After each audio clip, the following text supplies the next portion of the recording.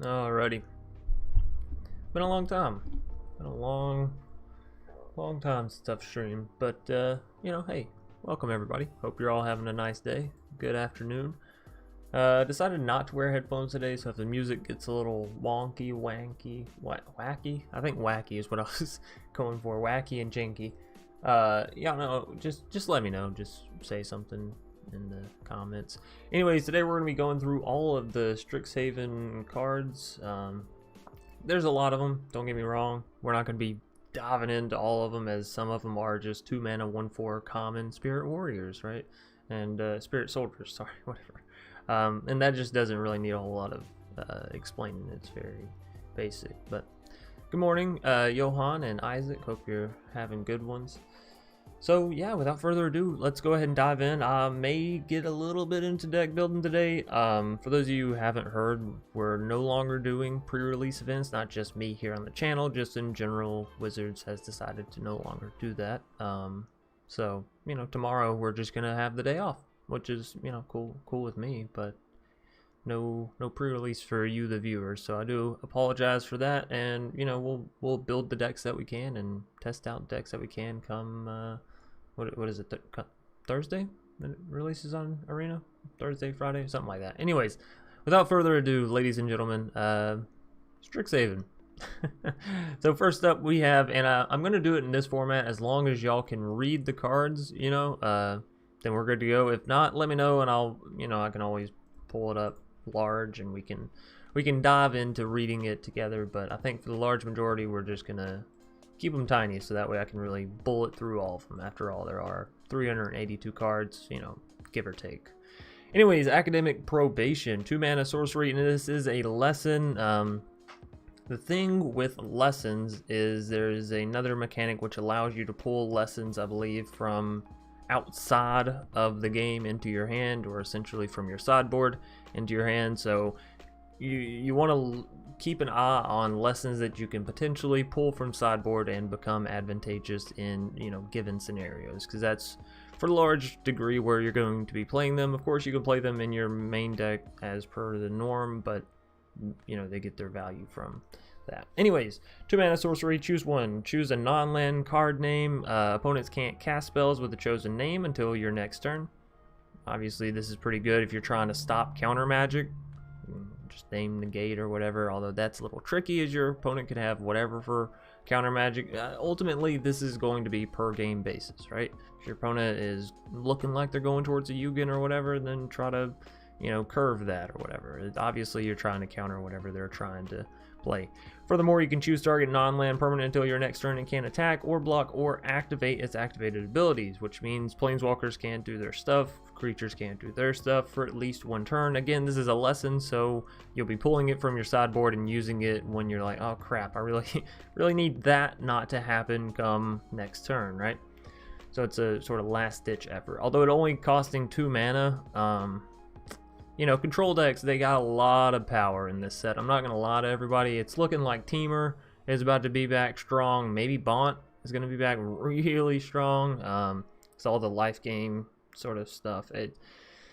We're looking like how we looked back when we had Wilderness Reclamation out and about. Just tons of mana and tons of spells being cast. Not a whole lot of creatures, but a lot of spells, which, hey, it's Magic, so we sort of have this ebb and flow of creatures dominating and then spells coming back, and that's just the way the game works. Anyways, Ageless Guardian, we don't need to talk about that. It's 2 mana, 1/4, Beaming Defiance, 2 mana instant. Target creature you control gets +2/+2, gains hexproof. Not the best, so probably won't see play. Clever Luminancer, 1 mana, 0/1 human wizard. Whenever you cast, gets +2/+2. Now that's interesting, because some of these are only +1/+1s off of instants and sorceries, but the fact that this is a 1 mana card that can go up to a 2/3 off of one spell, it's okay. Human wizard. It's not like it's fantastic for a Winota deck. And Mono White Weenies isn't just casting instants and sorceries left and right. So ultimately, I don't think it'll see play. We might can fit it into some kind of weird party deck. Combat Professor, 4 mana, 2/3, winning in combat. Okay, so that's not really a card worth mentioning. Defend the Campus, 4 mana instant. Choose one, creatures, nope. Detention Vortex, 1 mana enchantment. Enchant non-land permanent, enchanted permanent can't. I'll try and keep my mouse and try and, point to the cards that I'm reading. Anyways, non-land permanent can't attack or block, and its activated abilities can't be activated. Okay, 3 mana destroyed Detention Vortex. Only your opponents may activate this ability, and only as a sorcery. So 1 mana take out something, then your opponent has to divvy up 3 mana in order to regain access to whatever it is. That's not bad, honestly. Not bad. I can't remember if we are going to have the copy enchantment spell. I don't remember how much it costs. It's 2 or 3 mana. But something like that, copying this thing over and over again, or something like a Orvar, right? Where you could potentially target this aura. Not exactly sure how, but if you could target this aura, copy it, start taking out everything of your opponents, unless they pay the 3 mana. It could at least be fun. And it's another defensive aura that hits, I won't say everything, but it hits everything, Yes, the opponent can turn around and pay 3 on their next turn, but you have a turn of peace, right? And in an aura deck where auras may not get that big, Glass Casket can only do so much, and Banishing Light is 3 mana, so this is nice. Detention Vortex is really nice. And that's all that, you know, needs to be said about it. It's just nice. Devastating Mastery, 6 mana, all white. You may pay 4 rather than pay 6. We do see a couple of these spells throughout each of the colors, or I think one of these spells throughout each of the colors. If 4 cost was paid instead of the 6, an opponent chooses up to 2 non-land permanents they control and returns those 2 to their hand. Otherwise, you destroy all non-land permanents. Well, I mean, you still destroy all non-land permanents, but if you only pay 4, then your opponent can bounce 2 things back into their hand, and you destroy everything else. So depending on your situation, you know, 4 mana board wipe when the opponent may only have tokens or something that's not really going to get bounced back into hand, that's really good. 6 mana destroy all non-land permanents, that's actually freaking scary. That's not a hard position to hit. We've seen this happen, like ultimatums get cast on the regular nowadays. So 6 mana, yeah, it's all white, but it's not hard given we do have treasure tokens making a return. We have Cultivate, which is still out and about. We have ways to copy Cultivate to ensure that we're hitting the mana. We have Triomes, we have the new split lands, which are really, really good. You know, this card's going to be scary. People are going to hate this card, myself included, and that's just how it's going to be. So, moving on. Dueling Coach, 4 mana, 2/2. You gotta love those. Human Monk. So I see a lot of creature types coming in here that I would relate more so to things like an ARPG or like even D&D, like monks, you know, which don't necessarily have anything to do with the party system, but given that they have slated for a D&D themed magic set to come out at some point, you know, you pay attention to things like that, because sure we're to see something else on that later. Anyways, enters the battlefield, put a +1/+1 counter on target creature, so it essentially could be a 4 mana 3/3, whatever. 5 mana, tap it, put a +1/+1 on each creature you control with a +1/+1 counter. We've seen this before, it's never really good. You know, not for that cost, at least. English. At least. Might be good in draft, but we don't care about draft. Well, we do, but not here. So Eager First Year, yeah, this is what I'm talking about. When you cast a copy, it only gets +1/+0. That's terrible. That's garbage. Don't worry about that card. Elite Spellbinder, 3 mana. Oh yeah, this one's kind of interesting. I don't think it'll see play. You have to weigh what it's up against. So 3 mana, 3/1 with flying. When Elite Spellbinder enters the battlefield, look at the target opponent's hand. You may exile a non-land card from it for as long as that card remains exiled. Its owners may play it. A spell cast this way costs 2 more. So, you know what? I go back and forth on this card because it has its ups and downs comparatively to Skyclave Apparition. One, the card that you exile is not directly tied to Spellbinder. Also, give me a minute.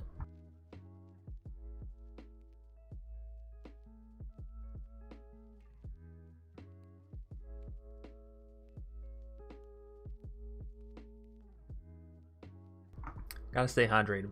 Anyways, the spell that you exile with Elite Spellbinder, it's not tied to this card, right? So theoretically, a Yorion or any bounce spell on this creature means you're just gaining that much more effectiveness, right? You're just exiling more cards. You're getting more looks at the opponent's hands. You're gaining value, which is a benefit over Skyclave, right? Skyclave, as soon as it leaves, the opponent gets a token back and blah blah blah. Furthermore, this creature has flying, which means it's evasive. Furthermore, it deals 3 damage instead of 2. So there are a lot of nice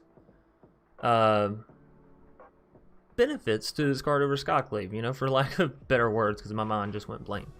However, it only has 1 life, which means it's very, very easily taken out, you know, and depending on where the meta lies, that may or may not be a pivotal point, you know, 1 health, 2 health.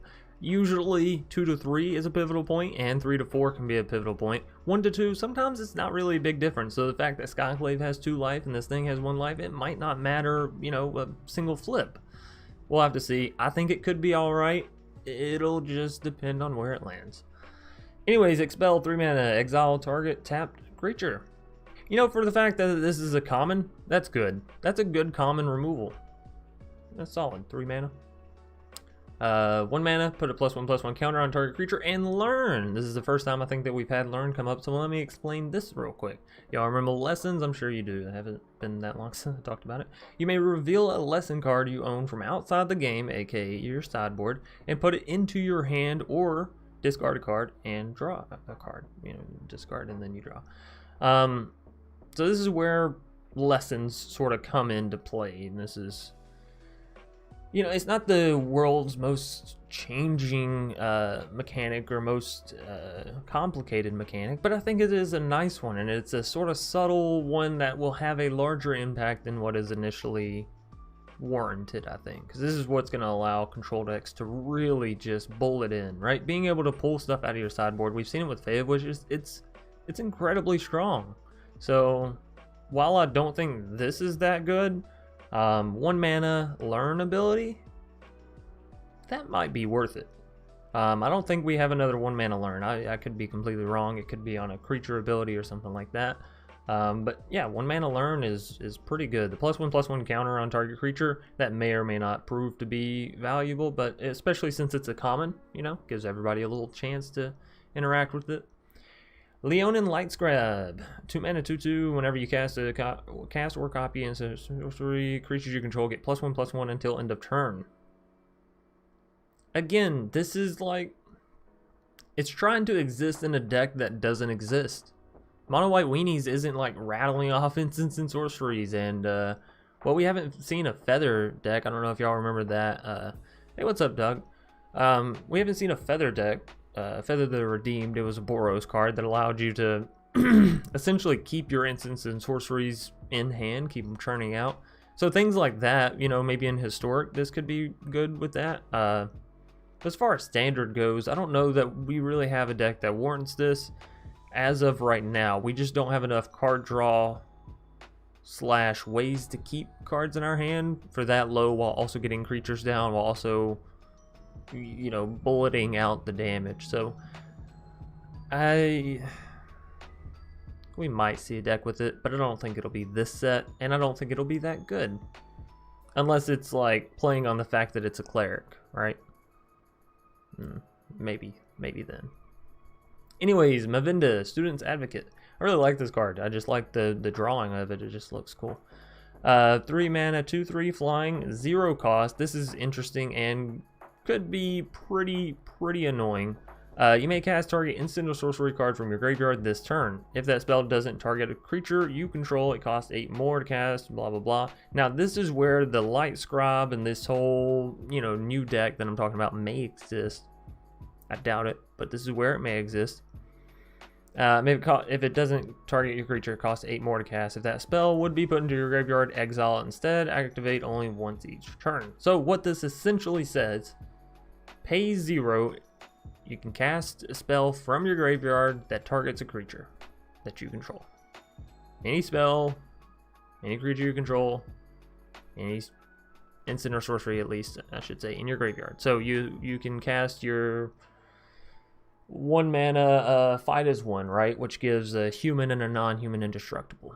You cast it from your hand, then you cast it from the graveyard, and that's where something like Leona and Lightscrap and all those other cards may start to come into fruition, right? Because we have the Lightscrap, which is a turn 2 play. We have Mavinda, which is a turn 3 play, and this is the flip side of where this deck is going to have problems. So we have Leona and Lightscrap, Mavinda, turn 1, turn 2. Then we have that little 1 mana that gets, you know, +2/+2 per instant or sorcery cast.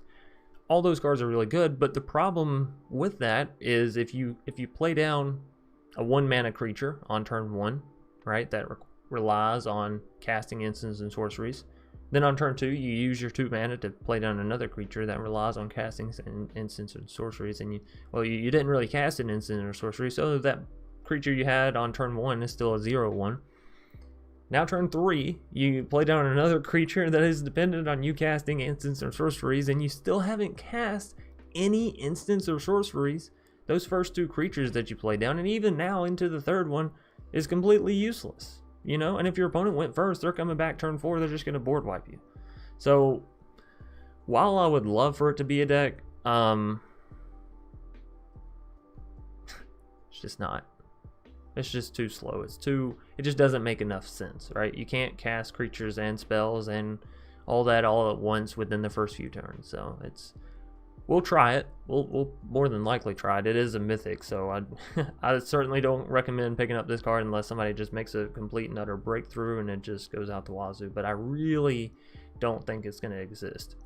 Anyways, enough on that. Milla Crafty Companion. If nothing else, I love the name of this one. I love alliteration, and, you know, foxes are cool. 3 mana, 2/3. Whenever an opponent attacks one or more planeswalkers you control, put a loyalty counter on each planeswalker you control. This is a dangerous ability to put into the game. Just gonna say, given we have things like a Crow in War, which forces your opponent to attack, and I think we have a few other cards, but one of which may be in this set. Anyways, whenever a permanent you control becomes the target of a spell or an ability an opponent controls, you may draw a card. This is why I say I see Bont coming back. Yes, we have Luca down here on the flip side, which will probably end up with a 4-color variant of Bont or Teamer, like that sort of combination. Sultai may still stick around. I'm not saying Sultai is gonna, you know, necessarily go away. It's just we got a lot of things that deal with what Sultai was providing. Anyways, this is a strong card for control players, for control planeswalker players, Super Friends decks. Y'all know what I'm saying. Anyway, 6 mana. Luca on the other side has 5 loyalty. You may discard a card. If you do draw a card, creature that was discarded this way, draw 2 cards instead.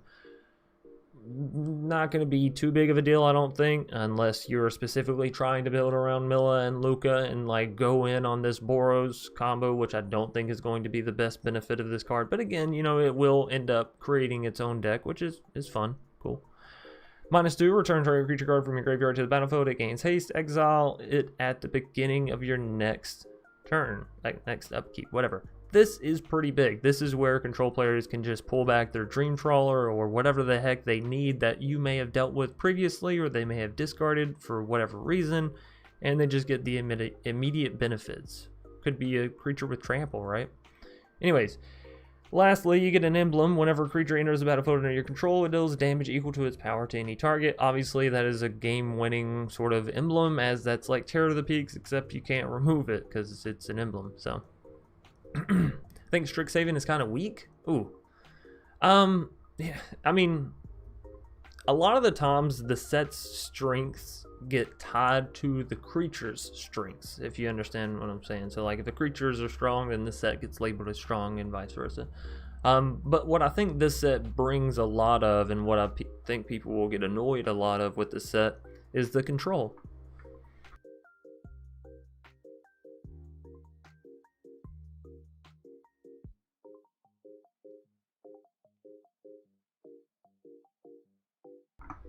But yeah, as far as creature goes, I think it's weaker on the creature side. I think it's incredibly strong on the spell side. Let me make sure I'm not muting myself on the opposite side. Yeah, no, we're good. All right, so Milla, Luca, all right. No, I mean draft, but no. 5 mana, 2/2 enters battlefield, return target. Oh, no, okay. I thought that was going to say to the battlefield, and then I was like, no. To your hand? No, garbage. Battlefield, learn. 2 mana, 2/1 core cleric. Yeah, you know, I was saying this earlier, we had that 1 mana learn ability. This is a 2 mana, you get a 2/1, you get a creature, and you get to learn. And it's per entering the battlefield. This is the kind of thing that you could see in a Bont Yorion deck very easily. Very, very easily. It gives you a defender, allows you to pull a card out from the sideboard, and it's extremely cheap. What's not to love? What's not to love about it? Non-restrictive mana cost, right? Anyways, reduced to memory, exile target non-land permanent. Its controller creates a, and this is a lesson. All right, so this, oh man, the titling of mechanics in Magic makes explaining sentences a little difficult. Not gonna lie. So it's a lesson, which means you can pull it out of your sideboard, which means all of your learn abilities, such as Professor of Symbology over here, can pull this out, which I think is going to be really strong. Again, control.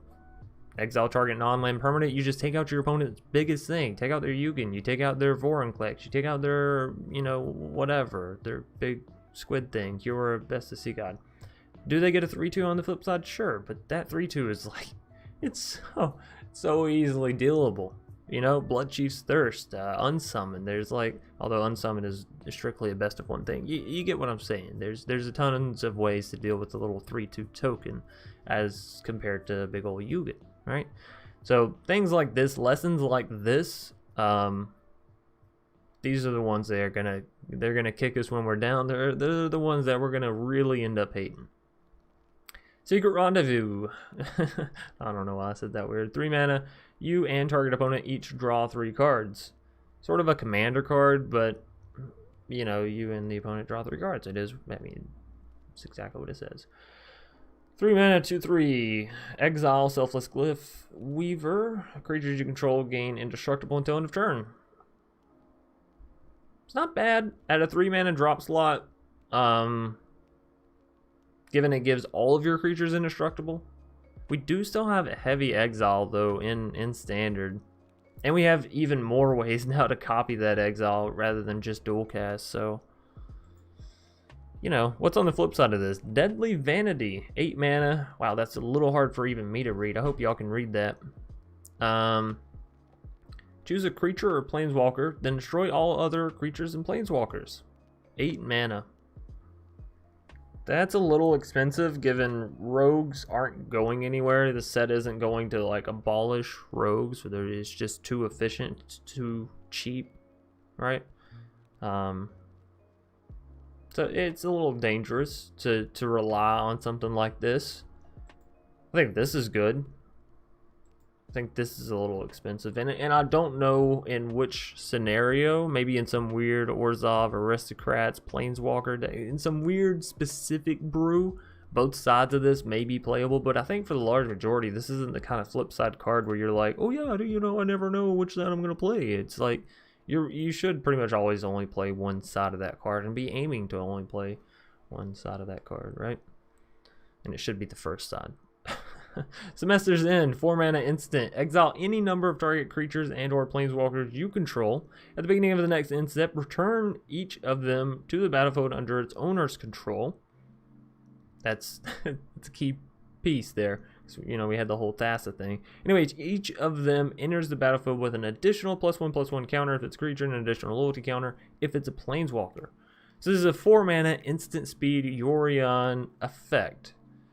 And it is key to note that it says at the beginning of the next end step. So it doesn't have to be your end step, it just has to be an end step, which means you can cast this on your opponent's turn when they go to board wipe your stuff, and it'll actually work. It'll actually work. It's beautiful. It's not attached to a creature. You know, this something like this gives mono white weenies, gives aggro in general a way to survive and thrive to a degree. It means that, you know, come turn 4, you still would have needed to go first though. How much is this card actually going to shake it up, right? Because if you think about the turnout of events, generally, and we'll take Doomscar out of the equation, you know, foretell Doomscar in turn 2, play in Doom. Turn 3, we're not going to think about that. So turn 4 typically is when destruction comes in. So if your opponent goes first, their control, your aggro, you're just barreling away. Turn 1, boom. Turn 2, boom. Turn 3, boom. Their turn 4, they're going to board wipe you. You're not going to have mana for Semester's End, so it's not going to save you whatsoever. I guess you could also play Selfless Glyph Weaver if you're going full-blown anti-control, right? And then you could exile this, protect your 1 and 2 mana drop slot. Maybe. Unless they have exile. Vice versa of that, you go first, turn 1, boom, turn 2, boom, turn 3, boom. But generally, what does turn 4 look for aggro? Turn 4 is Winota. Turn 4 is Embercleave onto your Annex, you know? It's your coup de grace. So is giving up a potential finisher worth elongating the game that you would end up losing anyways, given the game goes on longer and control has a better chance of finding more removal, you know? I think it'll weigh back and forth, but I think having it as maybe a one-off won't be the world's worst. I think there may be some smaller scenarios where it's okay. But you know, I really quickly talked myself out of that, because again, aggro decks, what are they looking for turn 4? The finish, to win the game. They're not looking to like, oh, maybe if you do this. You know, that's not how you play aggro. You don't play aggro half in, half out. That's like a tempo kind of thing. So I'm not saying this won't exist at all, but as far as aggro goes, which is going to be the biggest, you know, I feel like with this set it's going to be control and aggro, and sometimes we have mid-range in there, sometimes we have tempo, you know, sliding around about. But I think this set is going to be very 50-50. So maybe this works in a tempo deck, maybe it works in a mid-range deck, but I doubt we see many mid-range decks given the amount of control we see coming in this set. Secret Rendezvous can always backfire. Yeah. Alrighty, Shalai, Dean of Radiance, 2-mana 1/1. Bird Cleric, Flying Vigilance, tap, put a +1/+1 counter on each creature that entered the battlefield under your control this turn.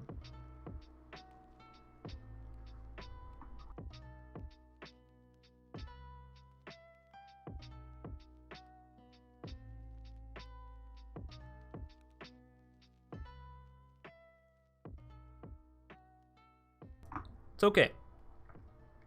Ultimately, the fact that it doesn't cost any mana to proc that ability, and the fact that you can attack with this creature and then proc it because it has vigilance and it has flying, so it has that evasiveness. You know, this isn't bad for something like a mono white weenies. And again, it has a flip side to it. It has a whole nother thing over here, so we're not paying attention to that quite yet. I'm just looking at this side. Mono white weenies, it seems like it could be okay. Now, taking a flip on the other side.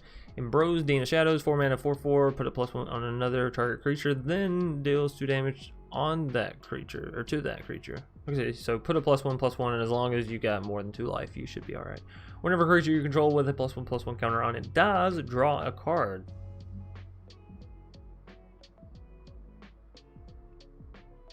I mean, no. Alright, it's gonna be in like a tier this side, right? Not the other side. Combined, it'll probably exist in the deck that I'm about to say. Orzhov,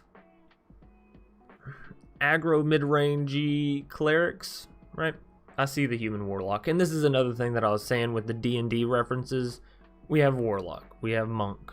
You know, these are D&D, these are ARPG style classes. Anyways, Embros, it's okay. You get exactly what you're looking at, and that is, you know, potentially a fun card if you're playing with friends, or if you're playing with someone that's not barreled in on ranked winning, wiping all your stuff. But ultimately, the card draw may or may not pertain. Again, we're gonna have to see how much Extinction Event stays around. I'm predicting it's going to stick around to a mild degree, but I think once the dust settles, and I'm not saying in the first week or the first month, once the dust settles on Strixhaven, we'll have control decks that are, for the most part, dealing with Sultai. I think, again, Teamer, Bont variants will end up winning it out.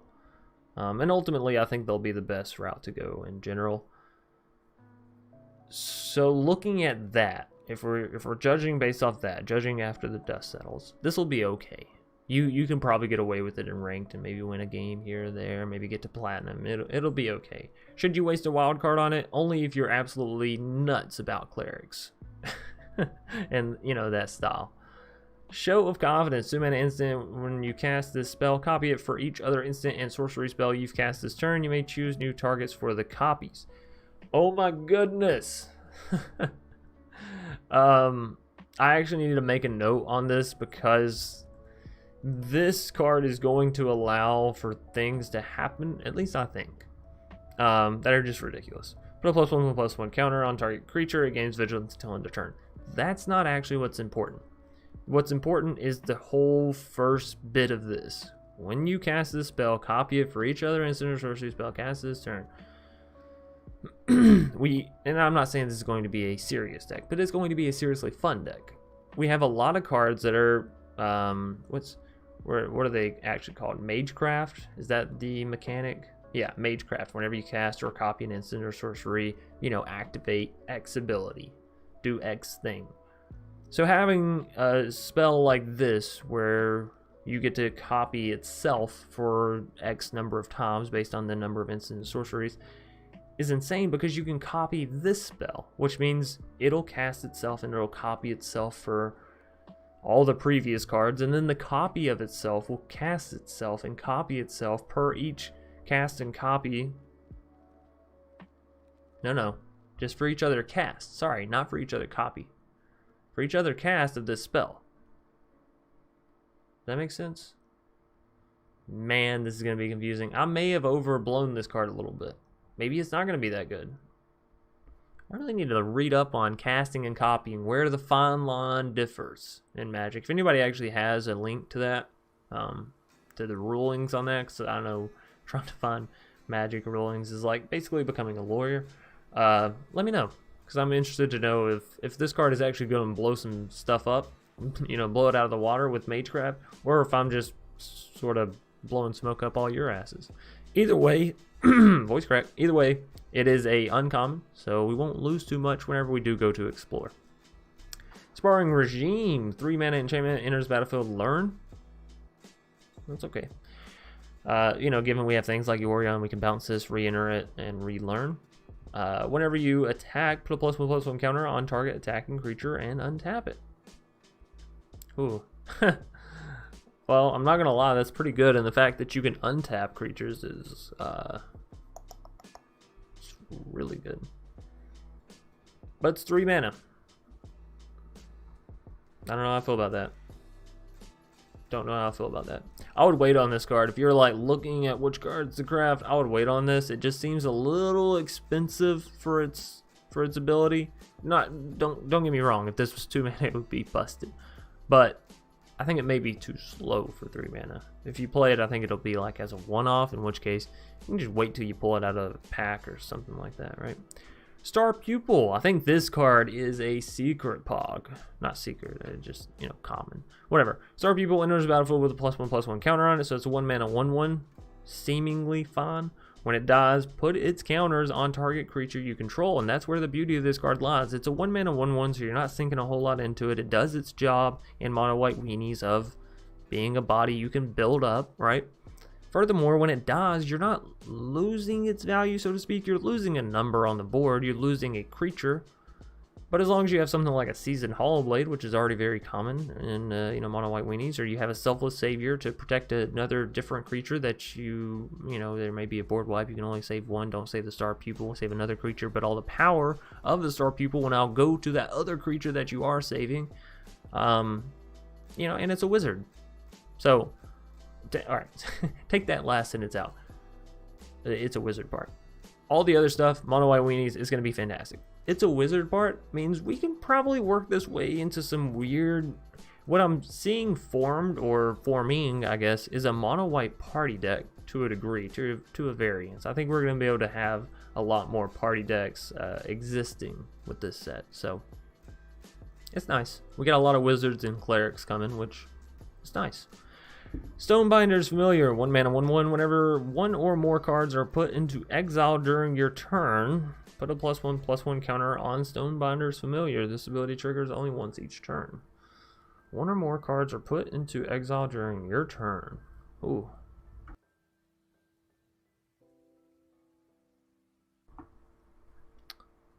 Ooh.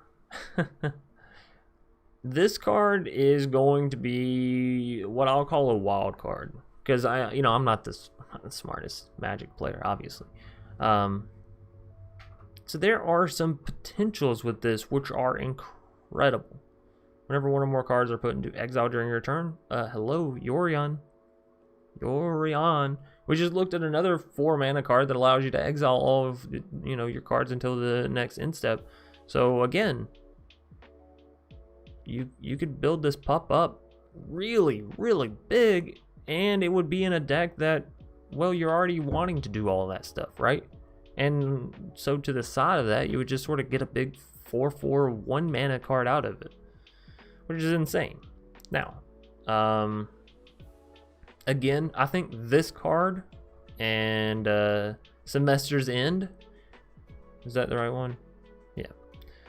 These two play well into this slow aggro deck, this slow roll. I'm gonna sort of respond to the removal aspect of control.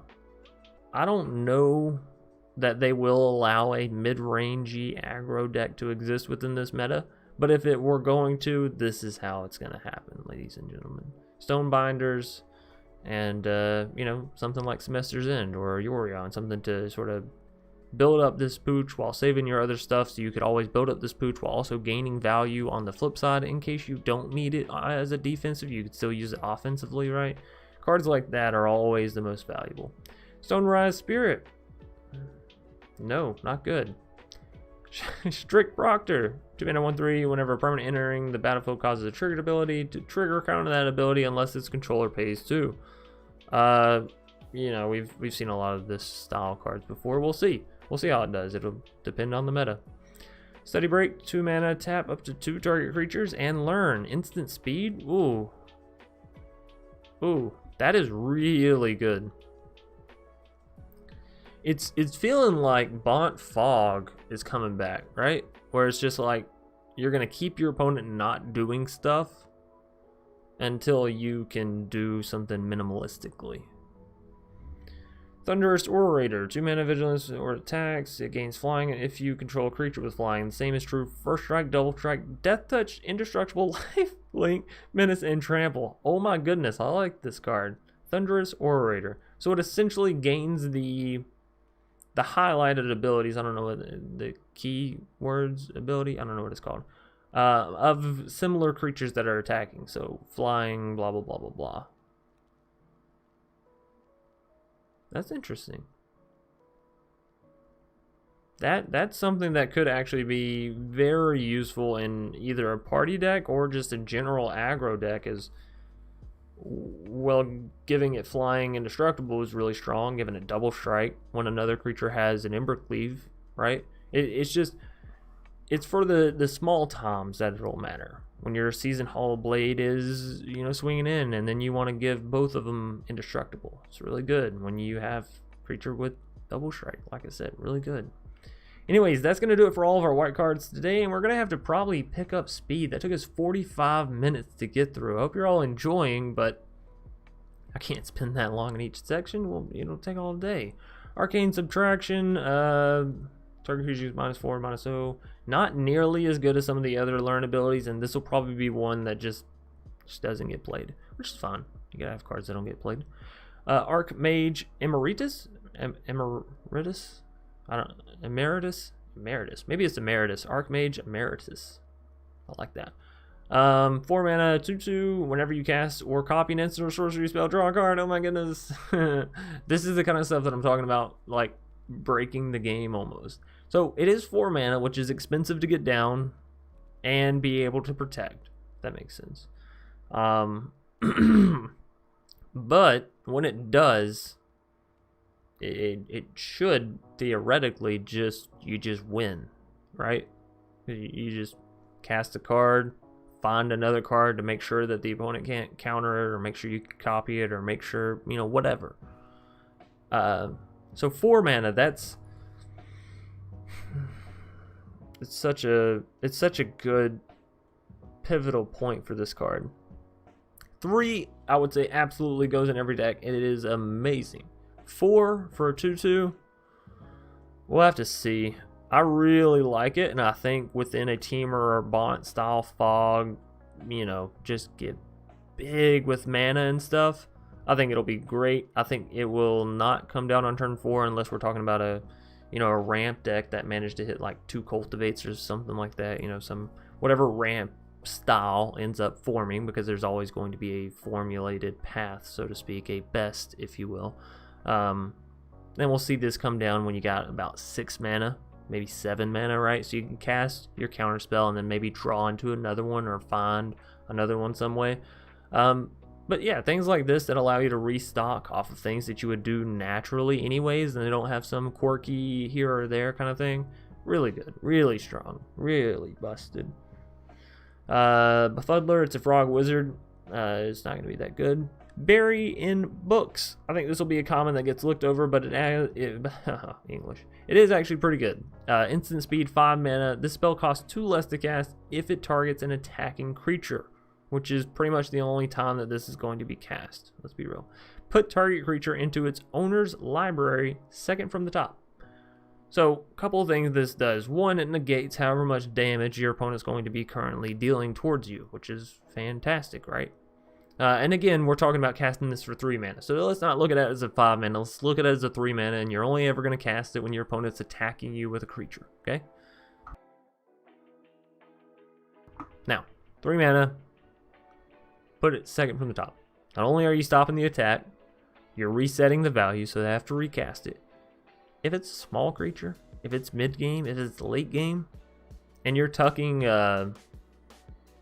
I was going to say Selfless Savior, but realistically, they'll just sacrifice the Selfless Savior. If you're talking a Luminarch Aspirant or something like that, a little 1 mana creature back into the top of their deck, that may kill them. They may need a big card, and you are just putting the nail in the casket by saying, you know what, this is for sure not going to be that card. Here it is, second from the top. You are for sure going to draw it within the next few turns, and you may have just set them off not only in the tempo of the attack, not only in the tempo of the cast, but in the tempo of the draw. So you're hitting them on 3 different planes for 3 mana at instant speed. Yeah, it's good. It's good value. It's good value for sure. For a common, oh, so good. Curate, look at the top 2 cards of your library, put any number of them into your graveyard and the rest back onto the top of your library in any order, draw a card. It's not bad. It's not bad at all.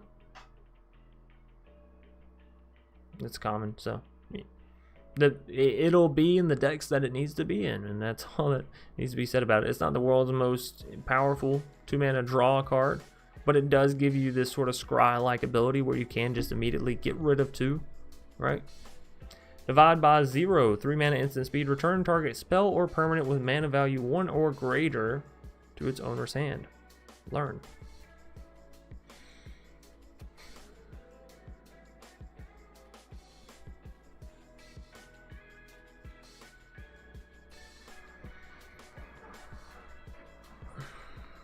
This one's interesting.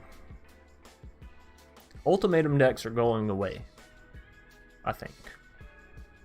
You know, whatever. What do I know? They could still very much exist, and people could just try and slip them in. But I think they'll be a little too slow. And again, ultimately, I think spells will sort of be the way to go. So ultimatum decks may go away.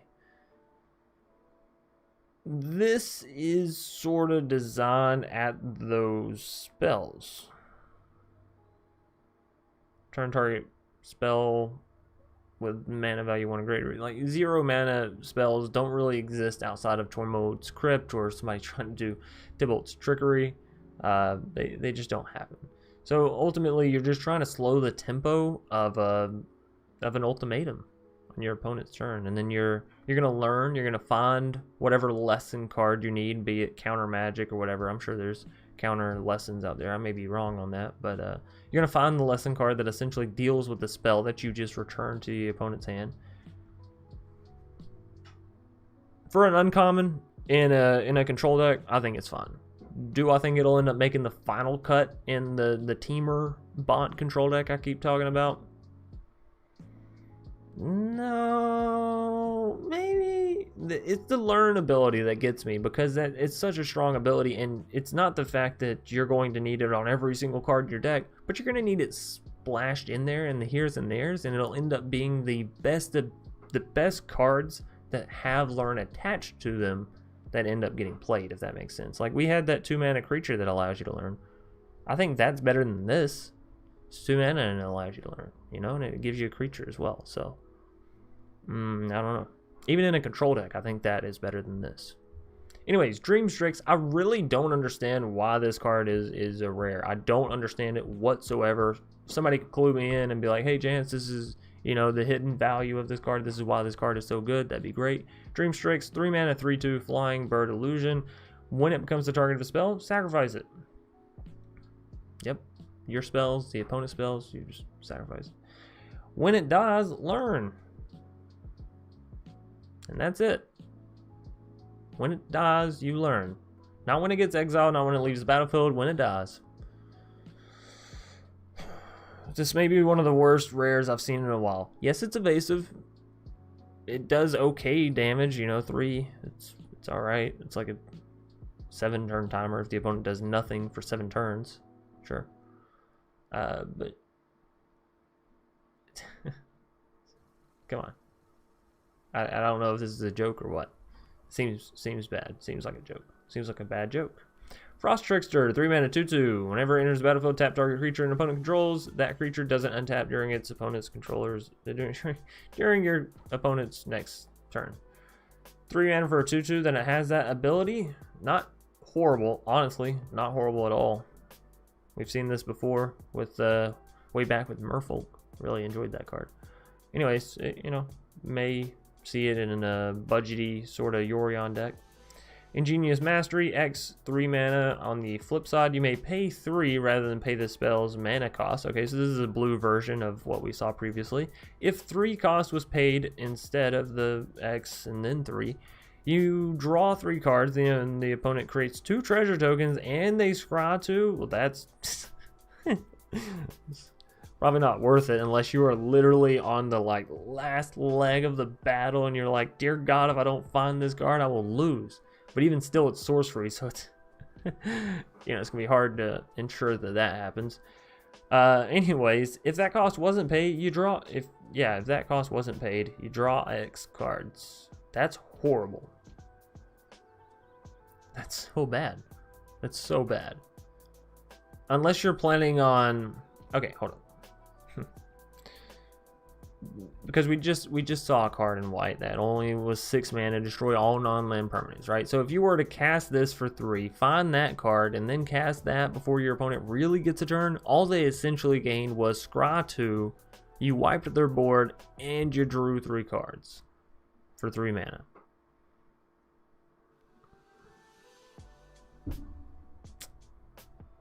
Maybe it's okay. But again, that's not a lot. So maybe being okay in specific decks or scenarios doesn't really get my stamp of approval for, you know, cards you should pick up or cards that really matter in general. Turn 3 I wish there was I do as well. Trust me, I do as well.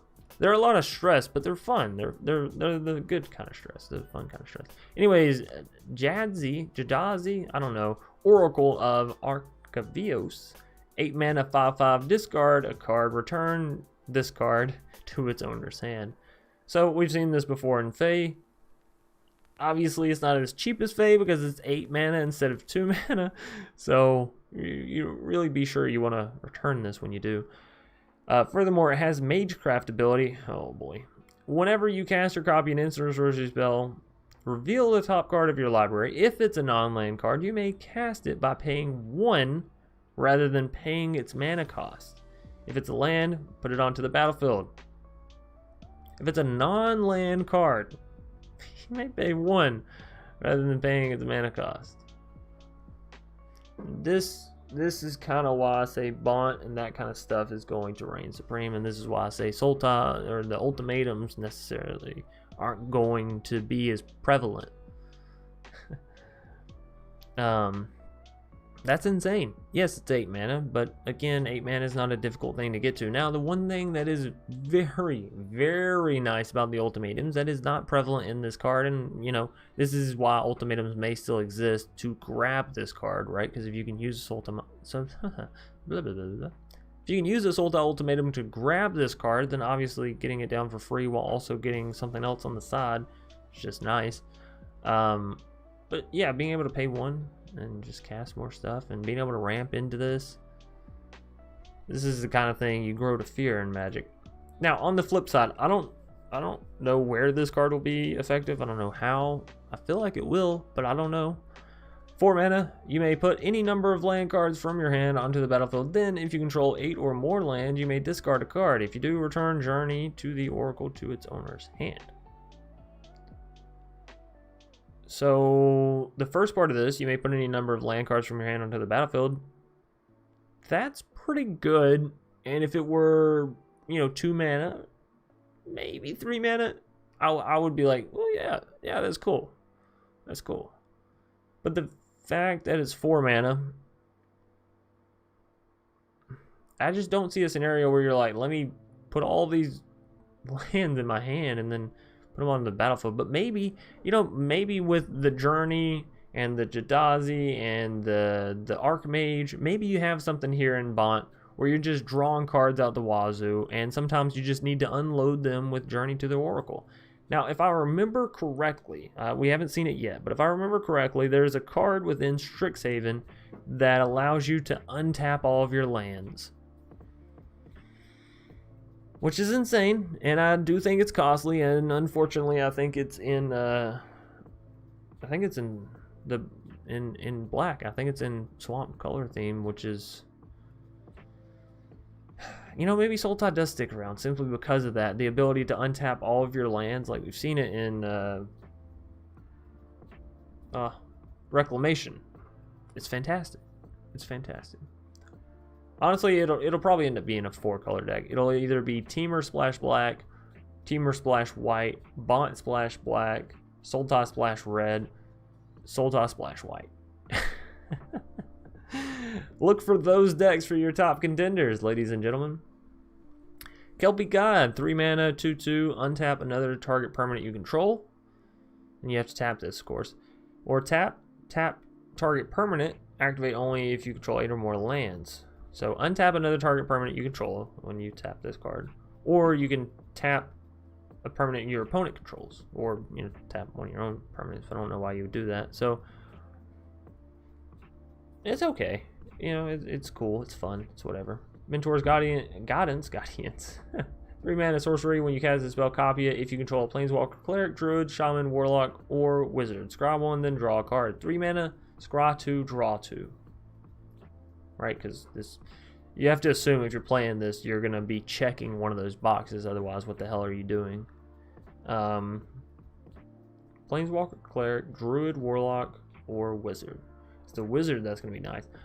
I mean, yeah, we could very well see this card pop up. The biggest downside, the biggest kicker for this is the fact that it's sorcery and not instant speed, and a lot of the times you really want this kind of ability to scry and draw. You need it on instant speed, so you can do it on your opponent's end step. So if anything kills this card, it'll be the fact that it's sorcery speed. But you know, it's nice. It is a very nice card, and it's uncommon, which means again everybody can have access to it. I wish there was a... Oh, yeah. Hey, thank you for being here and showing support, Billy. You know, I enjoy what I do here. I don't think I would do it otherwise. Now, I know I've sort of waned on as much as what I used to do for Magic and in Magic, but, you know, life progresses. Anyways, Mercurial Transformation. 2 mana sorcery. This is another lesson card. I should pull up all these lessons and keep them out to the side. I don't know about y'all, but generally whenever I'm taking a look at a new set, I end up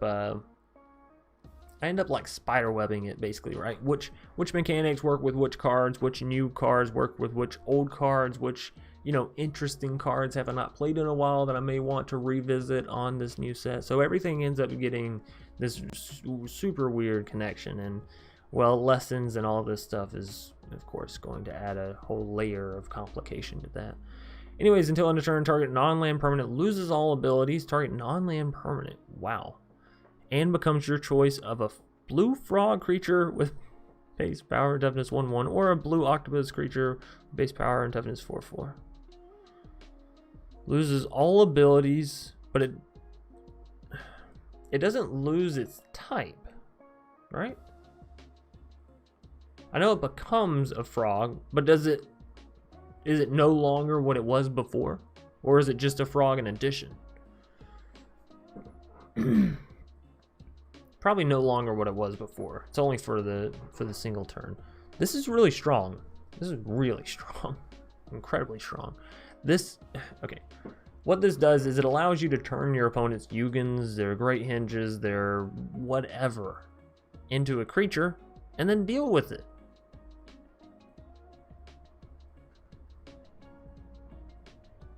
And then obviously, you know, it allows you to turn your opponent's big creatures into tiny creatures. So this is really good. This is so good. And another reason why I say control is going to be just incredible. The amount of interactions that we have in this set with creatures, with our opponent's sort of stuff, for how cheap it is, it's just going to be scary.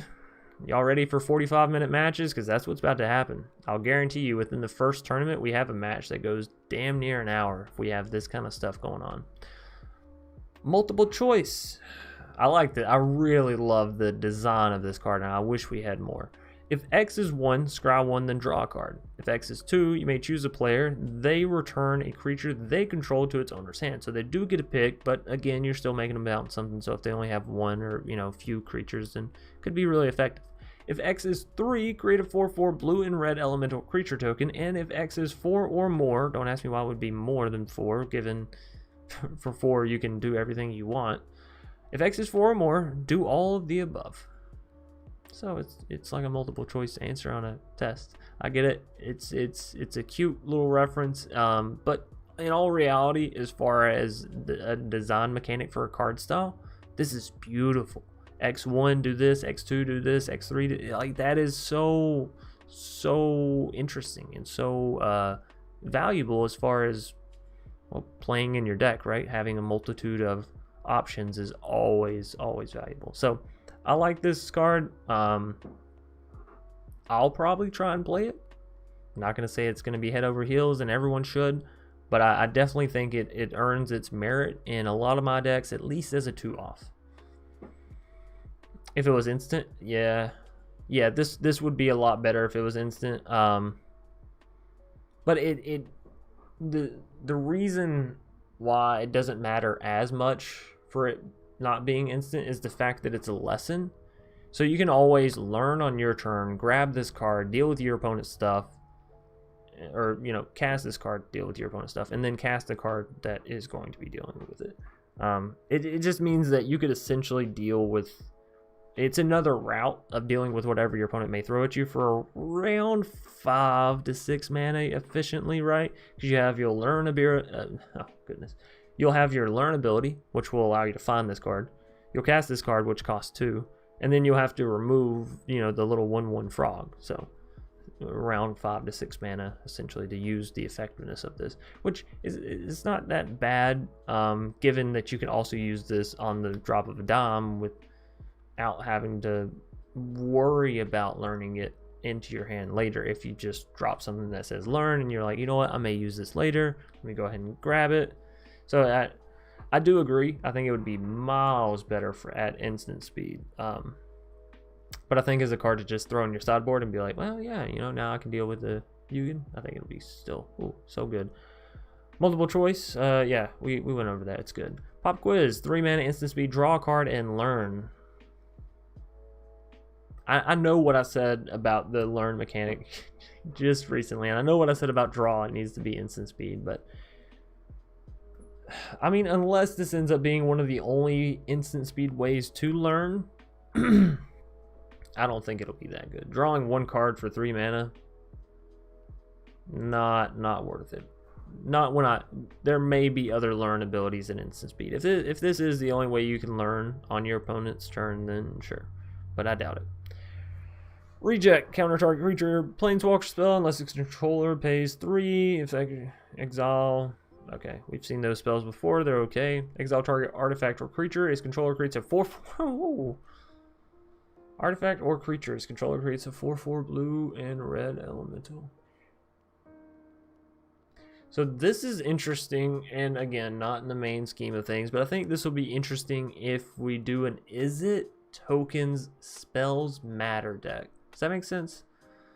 So it'd be like copying all of our spells kind of thing. We'd be playing Bjergi, maybe a little Magda action, right? Get some tokens going. Goldspan Dragon, so every time we tap our tokens, we're getting double mana out of it. And then, you know, with something like this, we could always exile our tokens, get a big creature on the spot if we need to defend ourselves or want to attack in, or, you know, in any of the above, right? So I think Resculpt is good for a common card, 2 mana instant speed. I think it's solid. Serpentine Curve, 4 mana sorcery, create a 0/0 green and blue fractal. I think these creatures will be interesting to deal with once. I don't think they will be effective. I don't think they'll be good. I don't think they'll be efficient as a general scheme. I'm not saying they won't be effective, efficient, or whatever as individual cards, but as a whole, we do have a blue-green fractal tribal that can sort of exist. And I'm telling people now that we're seeing it, I don't think it'll be that good. I think it'll be fun, just not that good. So, create a 0/0, put X +1/+1 counters on it, where X is 1 plus the total number of instant and sorcery cards you own in exile and in your graveyard. This is actually pretty strong, given you can copy this card, and then you could end up getting, like, I don't know, 2 15/15s or whatever. You know, instant and sorcery spell decks like this, they always find a way to just mill the crap out of themselves and then, you know, play stuff like this, like Rael. Every time you discard a card, you draw that many cards or something like that, right? So it could end up being okay. The biggest qualm, the biggest problem with this card is, again, the fact that it's sorcery speed. So if it gets taken out, it'll be because it's sorcery, and you're creating a creature on your turn that can't attack until the next turn. And if you sort of barrel in and you dive into trying to give that creature haste, then you're losing the efficiency of the deck. So I don't know. Snow Day, 6 mana instant, tap up to 2 target creatures. Those creatures don't untap during their controller's next untap. Draw 2 cards, then discard a card. It's okay. It's just like a general all-around hodgepodge kind of thing. It's whatever, I guess. Solve the equation. 3 mana sorcery. Search your library for an instant or sorcery card. Reveal it. Put it into your hand. Then shuffle. Oh, Nelly. Okay. So you know how I said ultimatums were going away? I lied. I just lied to y'all. I'm sorry. I've read through these cards already once. I sort of did a quick skim through, a quick skim through to sort of look over them. But I hadn't forgotten this card exists. But again, it's sorcery speed. Yeah. But being able to grab your ultimatums, being able to grab any of these awesome, spicy, complete board wiping cards. Oh my goodness. Oh no. Alright, so Bont Fog is happening. Bont, or Teamer, Splash White, something along those lines. Give it a few weeks, it'll work itself out. Soothsayer Adept, 2 mana, 1/3, Merfolk Wizard, draw a card, then discard a card. Cool beans, I like easy cards like that. Magecraft, whenever you cast or copy, blah blah blah. Target creature you control has... What? I'm not reading that right. 1 mana, flying, 0/2. Whenever you cast or copy an instant or sorcery spell, target creature you control has base power 2 until end of turn. Oh, because... Alright, okay. This is interesting. Sorta. This will come into play in those fractal decks and in your counter decks, maybe. I don't, whatever. We could have some fun with that later. Teachings of the Arachnius, or Archaics? I don't know. 3 mana sorcery lesson. It's a lesson. Hello. If an opponent has more cards in hand than you, draw 2 cards. Draw 3 cards instead if the opponent has at least 4 more cards in hand than you. Ooh. 3 mana, draw 2. Not a bad ability. We do that sometimes. 3 mana, draw 3 when you're behind. Really good, considering this is also a lesson that you pull out of your sideboard. Teachings of... This is going to be good. This is going to be in a lot of sideboards, at least as a 1 or 2 off. It's basic. You know, it does what it says it does. Tempted by the Orc? I don't know. I don't know. It looks like that person's about to put a mask on. Anyways, 4 mana, sorcery for each opponent. Gain control for each opponent. This is kind of like a commander card. Gain control of up to 1 target creature or planeswalker that player controls with mana value 3 or less. Ooh. It's 4 mana card. It's... What? This could be really good, really strong, and certain scenarios. I think for the large majority you won't care about this, but I think, you know, you could probably have it in your sideboard as a one-off in some kind of weird team or whatever, control matters sort of deck. You know, a lot of this stuff that, or spells matter, you know what I'm talking about. I think ultimately it won't get played just because of the restrictions of being 3 mana or less and the restrictions of it not being good against control decks. But it's fun. You know, 4 mana card. This means we can copy it with Dual Strike, right? Y'all know I'm all about that Dual Strike copy life, so. I see a lot of 80 card decks. Oh yeah, oh yeah. 80 card decks are... Yorion is just going to be slapped on stuff just so people can play as many new cards as they wanna. Which I don't blame them. Test of Talents, 2 mana instant speed. Counter target instant or sorcery spell. Search its controller's graveyard, hand, and library for any number of cards with the same name as that spell and exile them. Holy crap. That player shuffles, then draws a card for each card exiled from their hand this way. Ooh, well, you had me going. You had me going. Oh, man. Judging the value of this card is, it's almost impossible.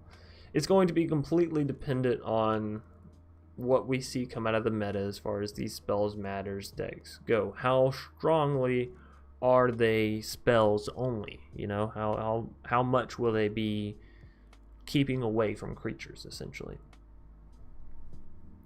Because being able to get rid of all of your opponent's negates, being able to get rid of all your opponent's ultimatums, being able to get rid of all your opponent's Shadow of the Skies, or you know, whatever, that's good.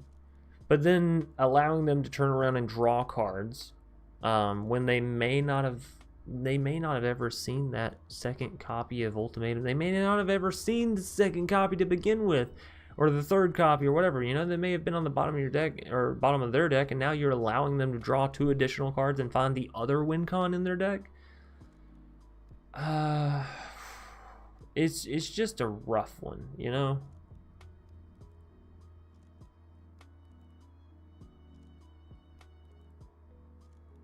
I will say,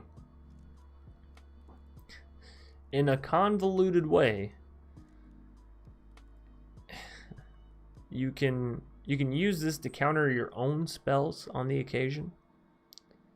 Find, you know, that most pointless spell that you have in your deck or hand, whatever it may be. Counter, and then you just get to draw. You know, you just get to search your library, your graveyard, your hand, all that stuff. Search it for a card.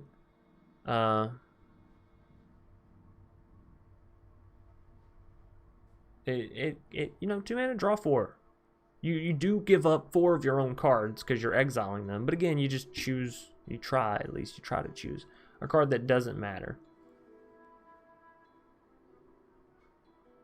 You know, I'll go back and forth on this because in the occasion it's good against the opponent, but on the large majority it's better for you. 2 mana, draw 4 at instant speed. This is the kind of stuff we were talking about. Now, I will say one thing. It's not actually a 2 mana draw 4 though, is it? No, because you have to pay for the other spell. If you're gonna counter your own spell, you don't get to play the first spell for free, right? So you'd have to play a 1 mana spell or a 2 mana spell, in which case you're paying, you know, 3 or 4 mana instant speed to draw 3 or 4 cards. 4. It would be 4, as long as you have 4 copies. 3 mana, draw 4 instant speed. That's good. That's good stuff. 4 mana, draw 4 instant speed. Again, we have Into the Story, and people have been complaining about how good that is for, you know, a solid minute. So, Test of Talents, it could be a lot better than I initially gave it credit for. It could be a flaming pile of garbage. Ultimately, I think it'll be pretty good, especially in like a Yorion 80 card deck where you really can afford to just X-nay some cards, right? Although Yorion may go away, honestly, because Yorion is more permanent based, and we're moving more towards instant and sorcery based control decks. So, whatever. Torrent Sculptor, 4 mana, 2/2, ward 2, which essentially means that the opponent has to pay 2 if they want to target this thing, right? When it enters the battlefield, exile an instant or sorcery card from your graveyard. Put a number of +1/+1 counters on Torrent Sculptor equal to half that card's mana value rounded up. So if you were to exile an ultimatum, you would gain 4. So it would be 4 mana, 6/6 that the opponent also has to pay 2 mana in order to interact with. Outside of board wipe, of course. That's really, it's mild, it's mediocre, it's meh. On the flip side of that, we have Flamethrower Sonata. I hope I'm saying that right. 2 mana sorcery, discard a card, then draw a card. When you discard an instant or sorcery card this way, Flamethrower Sonata deals damage equal to that card's mana value to target creature or planeswalker you don't control.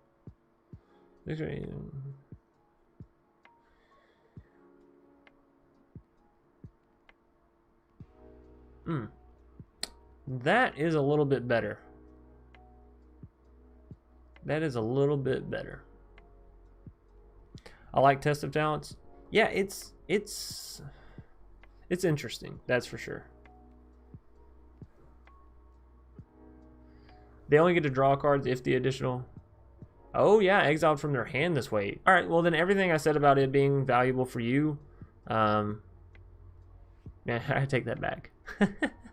Because obviously you're not going to be able to guarantee that you can have 4 copies of whatever card in your hand. So yeah, that card goes back to just sort of being meh for me.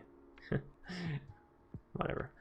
Any Hoosers. Although yeah, you're right, they don't get to draw as many cards either, so it's sort of it's here and there. I think there's better counter magic available than that. Honestly, I think just a basic negate might be better. I don't know though, because you get to take out all their negates. I don't know. I like it. I like it here and there.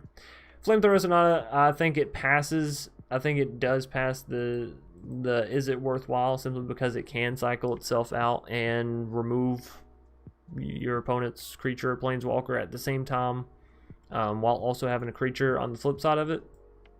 I think all that in culmination makes this card sort of a pass as far as being playable and constructed, standard, ranked to a degree.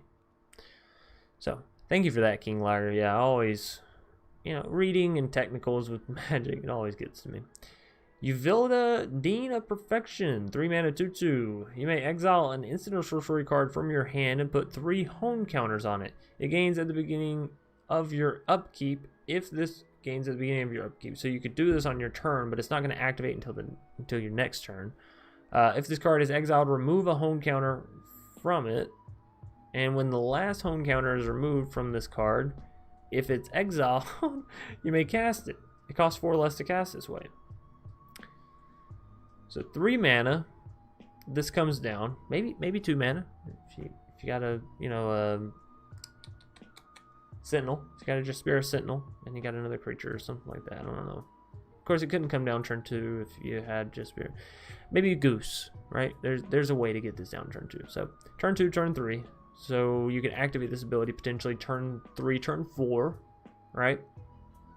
And then you have to wait how many turns? Put 3 at the beginning of your upkeep. So this would come down, let's just say on average, turn 3, right? And then activates its ability on turn 4, right?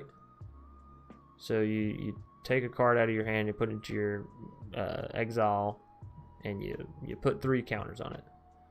Turn 5, you remove a counter. Turn 6, you remove a counter. Turn 7, you remove a counter. Right? Because you didn't activate this till turn 4. So turn 7, you will have an instant or sorcery in your exile that costs 4 less to cast.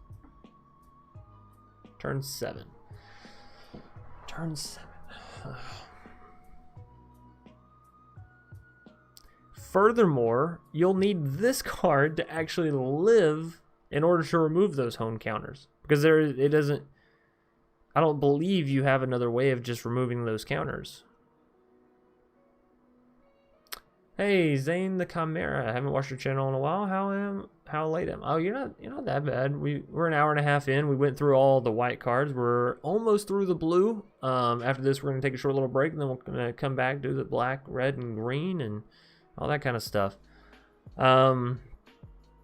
So yeah, it costs 4 less to cast this way. That's turn 7, and you have to keep this creature alive. You got to remember that. So turn 3, you're sinking all your mana into this. Turn 4, you're probably tucking, praying you can keep this thing alive. Turn 5, same thing. Turn 6, same thing. It's okay. It's okay. It's a lot. It's asking a lot right? So you really have to use some brain power. you have to use brain power. You have to get a little lucky with ensuring that you draw, you know, stuff to protect it. And ultimately, whatever card you set to the side, whatever card you're like, oh yeah, come turn 7, I'm casting this for cheap. Come turn 7, you're probably gonna cast it anyways. You know, it's not gonna reduce the cost of ultimatums. And I think that's what a lot of people care about. You can reduce the cost of an epiphany. You can reduce the cost of of that big spell that does like 5 times the damage or whatever. That'd be cool. But yeah, just whatever. Nasari, Dean of Expression. 5 mana, 4/4. At the beginning of your upkeep, exile the top card of each opponent's library. Interesting. Till end of turn, you may cast spells from among those exiled cards, and you may spend mana as though it were mana of any color to cast those spells. Whenever you cast a spell from exile, put a +1/+1 counter on Nasari, Dean of Expression. So 2 separate abilities here. Whenever you cast a spell from exile, put a counter on this card. Not bad. It's a 5 mana 4/4 that can pretty quickly become a 5/5 6/6, that kind of stuff. So that's fine as far as stat line goes. And then the other side of this is actually very interesting. Exile the top card of each opponent's library. So again, sort of commandery, but it has no limitations on it. That's the thing that gets me about this card. Isn't it like giving all his sorcery suspend? I'm not sure that I played with suspend. Not sure I was here when suspend came out. Does seem to be a lot more words on the cards this set. It's like each set the wording gets more and more. Yeah, it's because they're trying to make it more complex and more complicated, so that way you know, people in the competitive scene can say that it's not as random and winning isn't as luck based. I feel like they can say it's no, this person won because they were smart. They read 2 textbooks in order to win that victory. God damn it. Anyways, since you've been all through, which one do you like the most? Also, when is Strixhaven coming again? Strixhaven's coming out this Thursday, I believe. As far as white cards that I really liked, I like the Milla. I think that's an interesting one for control, and Devastating Mastery. Yeah. Semester's End is also cool, but that's just personal preference. So yeah, Milla and Devastating Mastery and Semester's End were probably my top ones there. So again, Nasari, I think this one's really cool. I think Yvilda won't get played as much as Nasari, or it shouldn't at least. I just don't think ultimately it makes sense. But you know what? I don't know. Hell, I've been wrong many times in Magic before, so maybe both sides are just pog as hell. Now, the other nice thing about this is casting cards from exile. This side sort of plays with this side, right? The red side sort of plays with the blue side, and that's a cool interaction that I don't know that we've seen too much of. So, interested in looking at that. Anyways, as long as you control 8 or more lands, it gets +1/+0 and can't be blocked. No. 4 mana for a 3/1 flying. Ooh, no. Wormhole Serpent, 5 mana for a 3/5. Target creature can't be blocked this turn. That's not horrific. Okay, we're probably never going to use it. But, you know, something like a Zirda. If you can have a Zirda with this, makes this thing only cost 2 mana. 2 mana, target creature can't be blocked this turn. I mean, that's the best evasion you could ever have, right? So, sounds good. Seems legit. We still have a lot more cards. Luckily, though, once we hit the lands, we're all good to go. So, and we're making some good progress. Anyways, we're going to take a short little break. We've been going for an hour and a half now. We got all the way through all the white cards. We got all the way through all the blue cards. I don't want to burn myself out, and you know, my voice, I need water. So we're gonna take a short little break. Let me stop talking, shut the hell up, basically for a few minutes. It's better version than Frill Seeker Serpent Unlimited. Ooh, that sounds like a tongue twister. Anyways, we'll be right back. Thanks everybody for watching so far. If you've enjoyed, be sure to hit the like button down below. I thought we could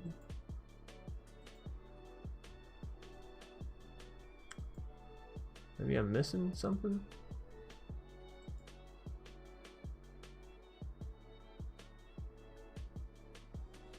No. Alright, well, we'll be right back, everybody, so don't go anywhere.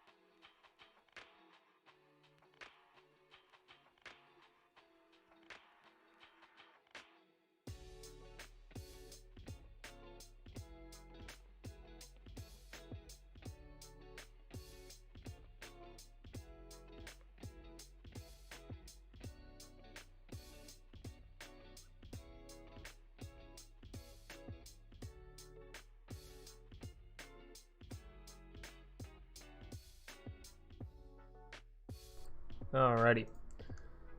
Let us get back to it.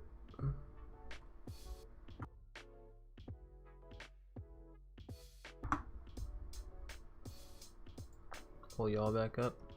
Oh, frilled sea serpent. Gotcha. Gotcha. Alrighty. Whenever arrogant poet attacks, you may pay 2. If you do, it gains flying. Not good. Baleful Mastery. 4 mana, you may pay 2. If 2 is paid, an opponent draws a card. Exile target creature or plane. Ho ho ho! That's good. Love the content you make. Keep it up. Hey, thanks, William. I will try my best. Baleful Mastery is really, really good. Instant speed too. Holy crap! And all they get is a card. Oh man, that's good. And the fact that you can copy this. Teamer Splash Black. I'm calling it now. Or Bot Splash Black. One of those two. Brackish Trudge. 3 mana, 4/2. Fungus Beast. Ooh, I like Fungus Beast. If nothing else, I like the tribal. Enters the battlefield tapped. Okay. 2 mana, return from your graveyard to your hand. Activate only if you gain life this turn. It's not that good. 3 mana, Callous Blood Mage. Vampire Warlock. Interesting. 2/1. Not great stat lines. Enter the battlefield, choose 1. Create a 1/1. Okay. Draw a card and you lose 1 life. Or exile target player's graveyard. Ooh. So that's pretty good. That's pretty good. Because you can either create a whole nother creature, which can be useful in scenarios like getting the Blood Avatar out, or, you know, aristocratic decks, which I think are kind of making a comeback with this whole mechanic of creating these pest creature tokens, right? So that's interesting. It's interesting. Confront the past. It's a lesson. Uh-oh. Choose 1. Return target planeswalker card with mana value X or less from your graveyard to the battlefield. Okay. Remove twice X loyalty counters from target planeswalker and opponent controls. As a lesson, that's really good. Excuse me.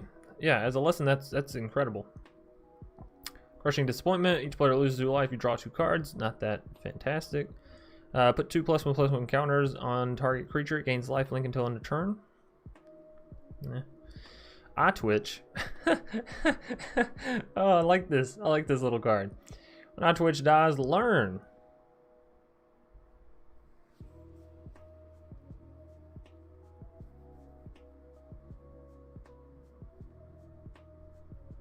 Yeah, it's okay. Flunk. 2 mana, instant speed. Target creatures -X until end of turn, where X is 7 minus the number of cards in that creature's controller's hand. Instant speed Flunk. So if they have 3 creatures, or if they have 3 cards in hand, it's a -4/-4 ability.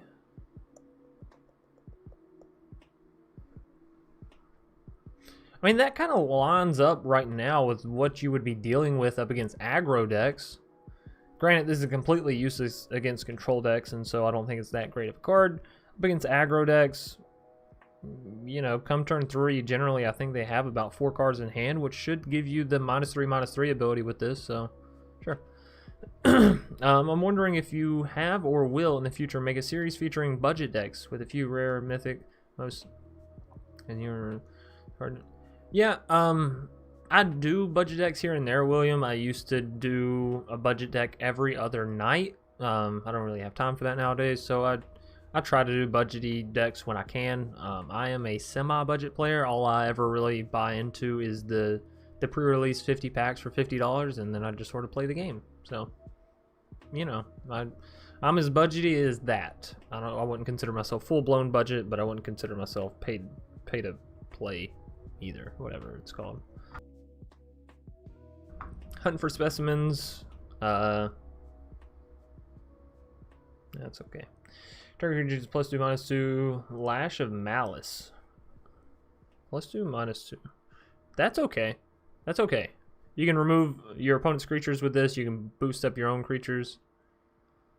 Pretty much what I do too. Okay, so yeah, see, we're in the same boat as far as budget goes. It's just, you know how it goes. You open those first 50 packs and whatever you got, that's sort of your stylization for that set, you know.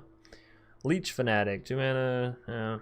Whenever an opponent casts or copies an instant sorcery, they lose 1 life. Whenever an opponent casts or copies an instant or sorcery spell, they lose 1 life. Mage Hunter. It's... Oh, God. Damn it! It's 4 mana. That's too expensive for that ability to actually matter. If it was 2 mana and this was like a 1-2 or a 1-3 even, oh, this would be deadly. This would be great. Being a 4 mana 3/4,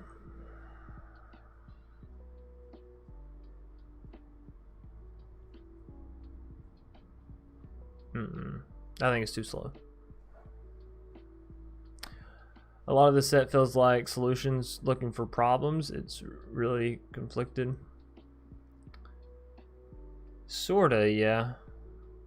I mean, and that's the problem. That's when control ends up being really strong, Doug, is when you have the answer to almost everything at your hand and it's all reasonably costed and you know you can ramp into it or whatever. So I don't know. This horror is cool. I like the card. Mage Hunter, cool card. Effectiveness, 4 mana sort of kills it. Even 3 mana you might could get away with it, but 4, yeah, it's too slow.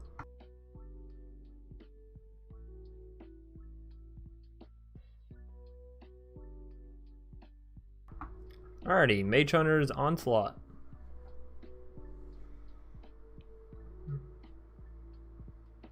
It's not that good. Necrotic Fumes is another less than 3 mana as an additional cost to cast this spell. Exile a creature you control. Exile target creature or planeswalker. Ooh. That could be interesting. Especially with us having access to those little, you know, 1/1 pests or whatever that we just sort of create in the here's and there's. You can exile that, which isn't really a creature you control. It's a little token that you don't give a shit about. And then exile a creature or planeswalker that your opponent controls. Yeah, that's pretty good. Biggest downfall? It's sorcery speed. Outside of that, really, really good lesson there. Novice Dissector. It's a troll warlock. I like that. I like that artwork, and I like that tribal. Honestly, pay 1, sacrifice another creature, put a +1/+1 counter on target creature. Activate only as a sorcery. 4 mana for this 3/3. We'll find a way for that to be used, I'm sure, at some point. Orc Lore Mage. 4 mana, human warlock. 3/3. Tap, search your library for a card, put it into your graveyard, then shuffle. If it's an instant or sorcery, put a +1/+1 counter. That's interesting. That is interesting.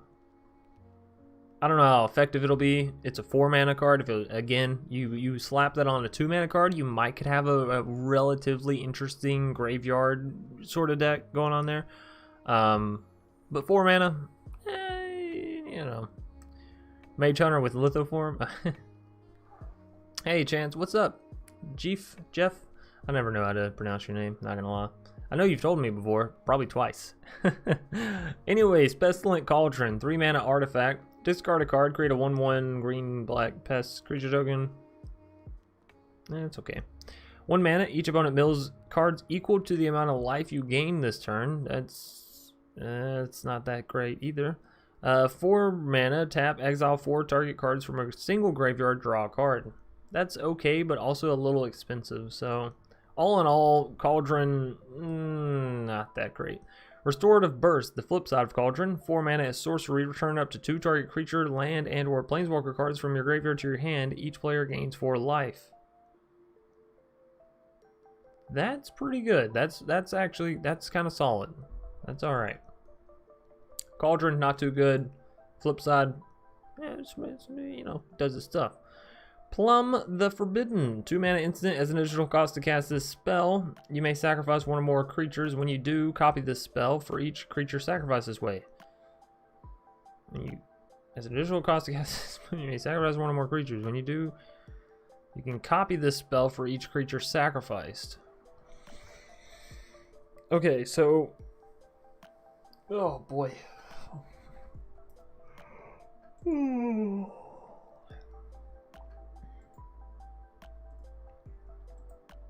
So we have this spell.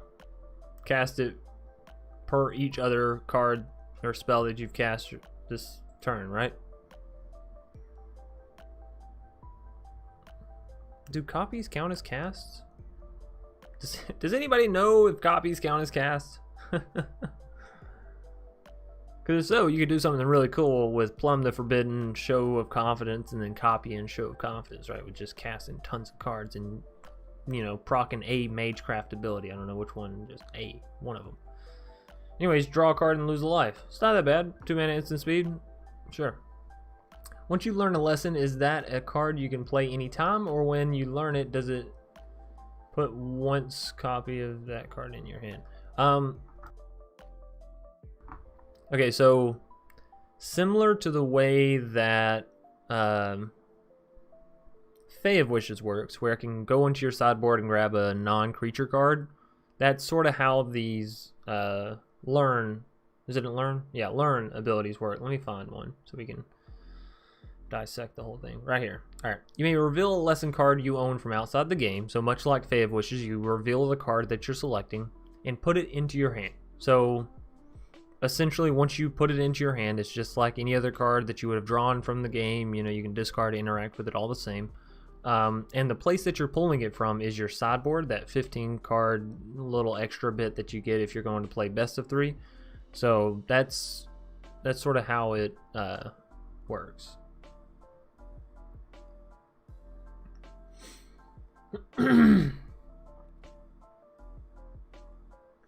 Alright, moving us down. For Magecraft, yes. I know for Magecraft copying counts as casting, but I don't know if copying counts as casting for spells such as Show of Confidence, right? When you cast a spell, copy it for each other instant or sorcery spell you cast this turn.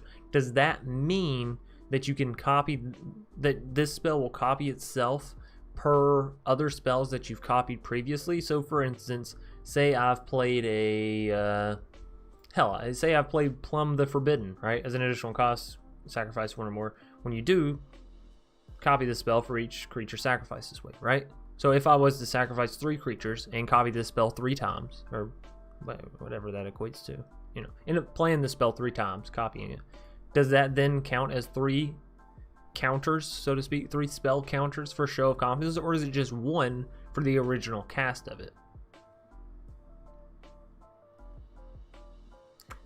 Copying only counts if it explicitly says so. It counts for Magecraft, but not for that effect. Okay.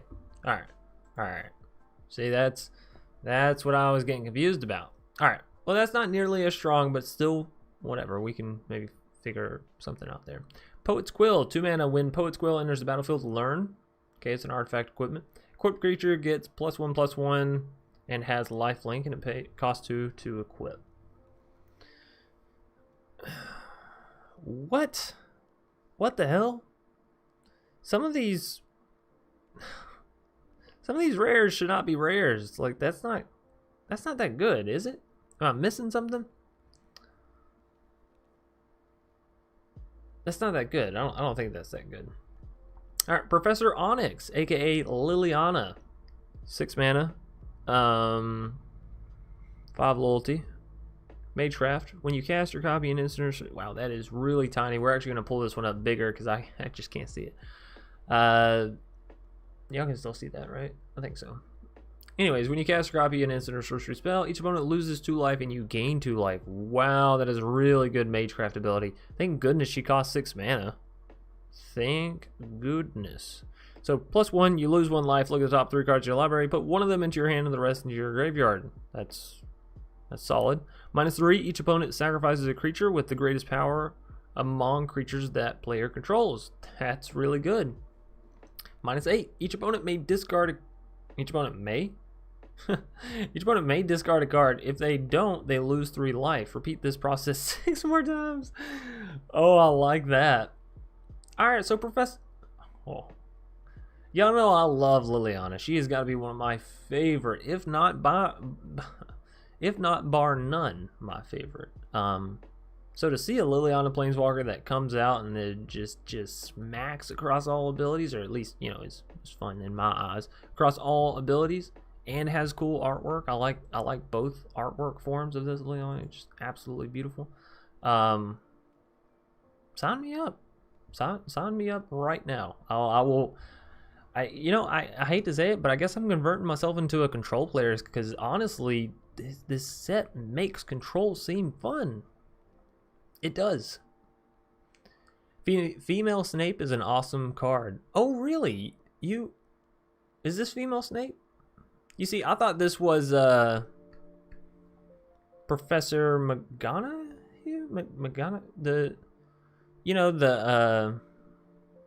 The older lady that sort of watches over Harry throughout the entirety of it. I thought that's who this was modeled after. But I could see a female Snape. I could see this being female Snape as well. But yeah, I thought she was I can't remember the actress's name. She's been in a lot of stuff. She's a great older actress. Bellatrix? No, not Bellatrix. I'm gonna have to look up Harry Potter on stream. Y'all give me 1 second. I'm figuring this out for sure. It's just happening now, okay? Don't judge me. Oh, probably should have typed in characters.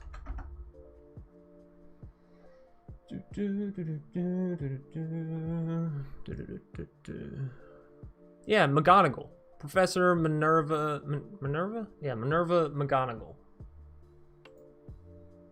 Me and Eva just recently watched the whole Harry Potter series, which is why I was like, I know her name.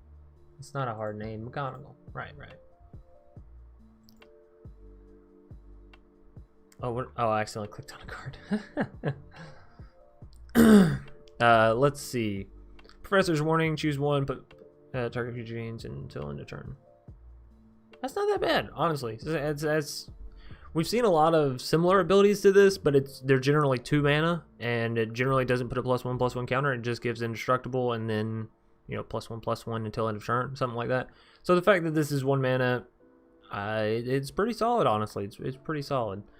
Promising Dusk Mage, dies, draw a card, not that great. Sedgemoor Witch, oh, I am excited for this one. 3 mana, Menace, Ward, pay 3 life, which means if the opponent wants to interact with it, with the spell, they have to pay 3 life in order to do that. And then it has a Magecraft ability. Whenever you cast an instant or sorcery spell, create a 1/1 black and green pest creature token, and it has the general gain 1 life when it dies.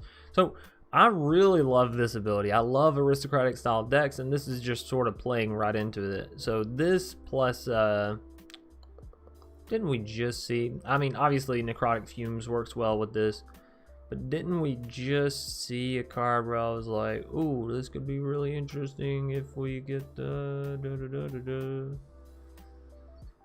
No?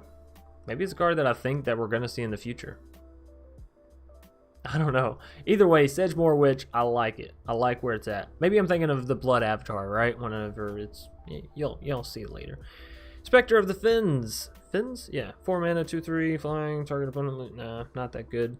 Tenured Ink Caster. There's a battlefield +1/+1 on target creature. Whenever a creature you control with a +1/+1 counter on it attacks, each opponent loses 1 life, you gain 1 life.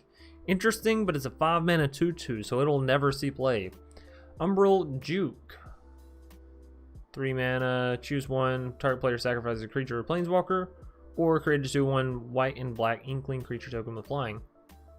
That's not bad. 3 mana, a little expensive, but again, generally those sacrifice abilities are 3 mana, so yeah, it's good. It's good. Has my stamp of approval, especially in an uncommon drop slot. Unwilling Ingredient, 1 mana, 1/1, Menace. Exile from your graveyard, you draw a card and you lose 1 life.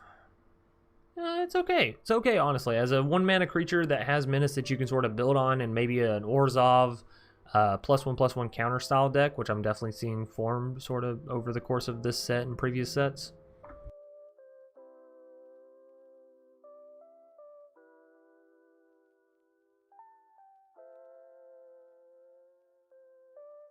Yeah, I like the Sedgemoor Witch. She's a cool one.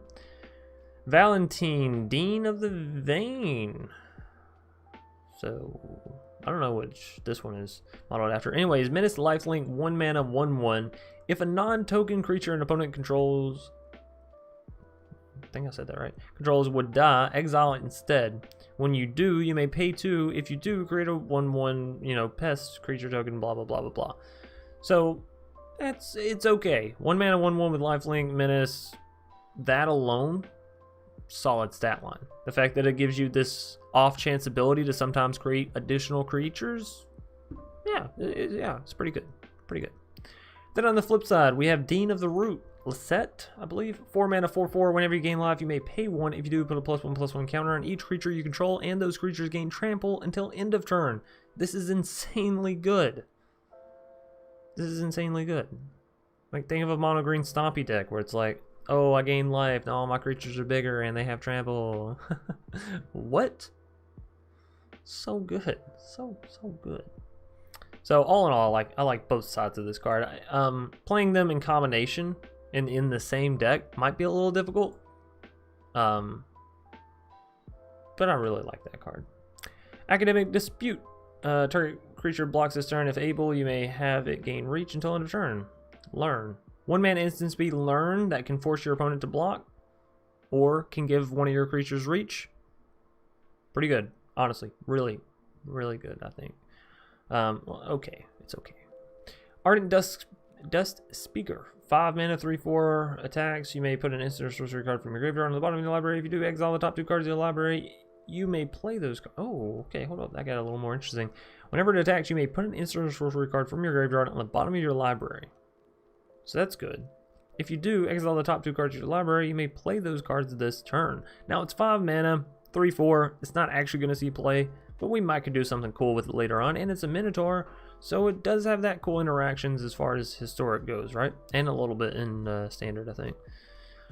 Anyways, Blood Age General, attacking spirits get +1/+0 until end of turn. You know, that's the first interaction I've seen with spirits specifically in a while, so cool, I guess.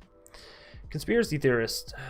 2 mana, whenever Conspiracy Theorist attacks, you may pay 1 and discard a card. If you do, draw a card. Okay. Cycling ability, sort of. When you discard one or more cards, one or more non-land cards, sorry, you may exile one of them from... Whenever you discard one or more non-land cards, you may exile one of them from your graveyard. If you do, you may cast it this turn. That is really good. Given your opponent sometimes makes you discard cards, and this will allow you to play that card that gets discarded, you know, depending that you discard the card you want to play. That's good. You can play the card that you're going to cycle. Does sort of change up which cards you're going to cycle, right? But, yeah, no. Conspiracy Theorist seems really strong. Granted, it's a 2 mana 2/2, so again, it only has the casting from graveyard and mono red. Oh boy, oh yeah. Oh yeah. Yeah. Mono red, big red is coming for sure. Speaking of which, voice crack, goodness gracious. There's a card we're going to look at later on that's going to make our Ironcrag Feat combo really pop off, especially whenever we have this card lingering about. Crackle with power. So if we were to gain a lot of mana with this card, like 14, wow, that's coincidental, because 14, that's how much we gain with the Ironcrag Feat. I'll get around to what I'm saying. Crackle with power, it's 3x, 2 red, sorcery, deals 5x damage to each of up to X targets. So you could spread, 5 times damage to up to 3 different targets. Now, or a multitude of targets if you really want to spend it. But let me get to what I'm saying. So we have 14 off of Ironcrag Feat that we copied, right? 2 of it goes into the initial cost, so 2 gone. Then 3x left over, which means we can cast it, 4 times? So 4 times 5, that's 20. Which is 20 damage directly to face. Not too shabby. That's turn 5, lethal. Full-blown lethal to face. Which, y'all know me, I love full lethal combos. So, Crackle with power, I'm excited about it. I am excited about it. Oh, no. Well, it's a turn 5 or turn 6 play. It really depends. Because the spell that I'm talking about from later on, it always costs 2 mana, but we can still make it work. Alternate skin for Conspiracy Theorist should be Alex Jones. Goodness. Yeah. Hey, thanks for doing this, man. This is awesome. Hey, thanks for watching this. That's awesome. Draconic Intervention. 4 mana sorcery. Has an additional cost to cast this spell. Exile an instant or sorcery card from your graveyard. Wow, that, you know what? That's really tiny text. Let's pop that up there a little bit. Exile is okay. Sure, I can get on board with that. Deals X damage to each non-dragon creature. All right, where X is the exile card's mana value. If a creature dealt damage this way would die, exile instead. Wow. And you exile this card. Well, that's good. That is really good. I think more cards should have that little bottom stipulation just sort of slapped on there. Exile this after you use it once, okay? Okay, so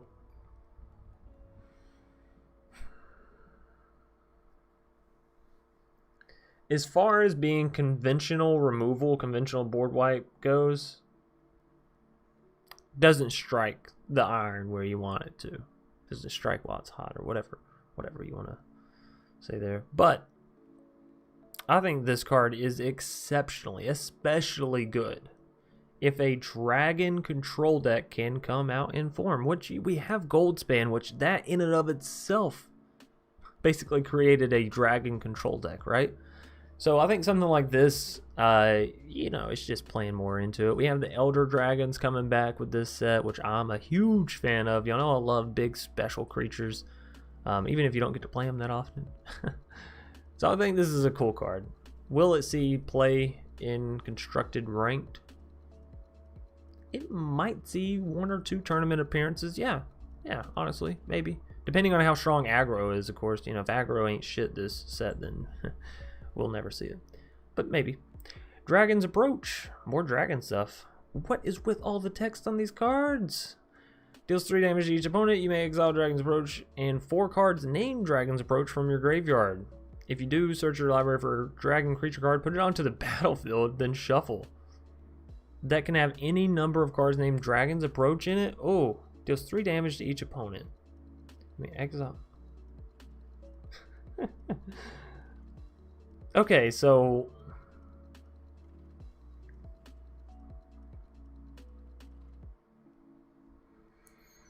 we could theoretically, hold up, had a cough. We could theoretically fill our deck with just bukus of discard, dragons, self-mill, that kind of stuff, right?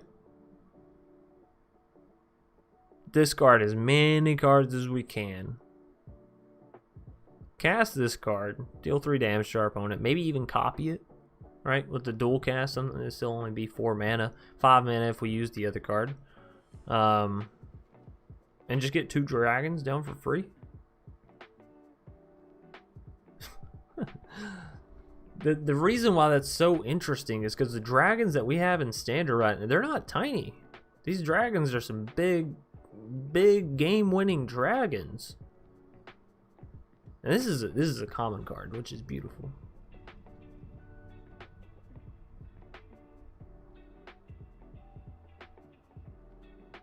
Maskwood Nexus. Oh, that's so good.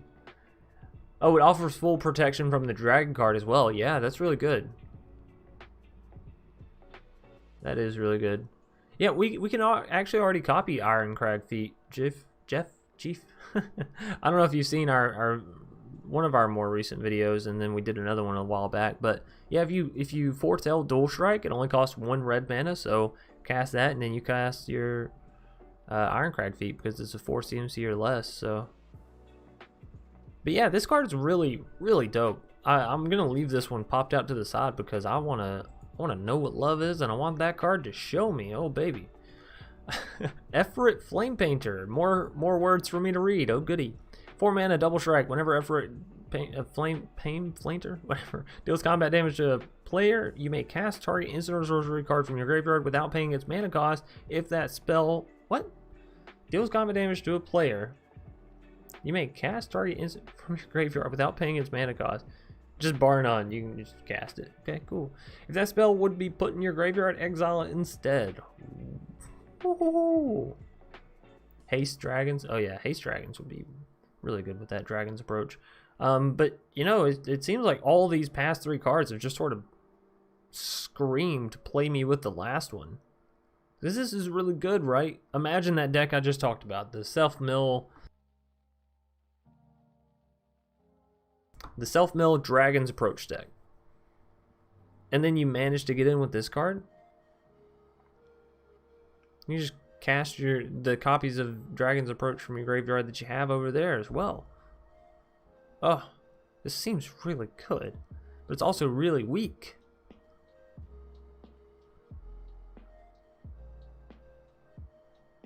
You know, in Historic, you have that card that allows things with power or toughness of 1 to just get through unblocked. This would be fantastic with that. I don't know how good it'll fare in Standard, but I like that card. We got to start moving faster. I'm not moving quick enough. I'm sorry. 2 hours in already. Trample and Learn. It's okay. No, it's 3 mana. That's terrible. It's 5 damage to any target, 3 damage to any other target. Add 3 mana. This is an 8 mana instance. Psh, no. No. It's not good. More than likely not good.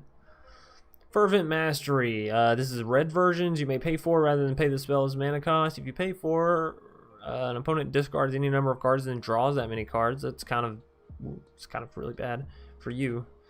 Search your library for up to 3 cards, put them into your hand, then shuffle, then discard 3 cards at random.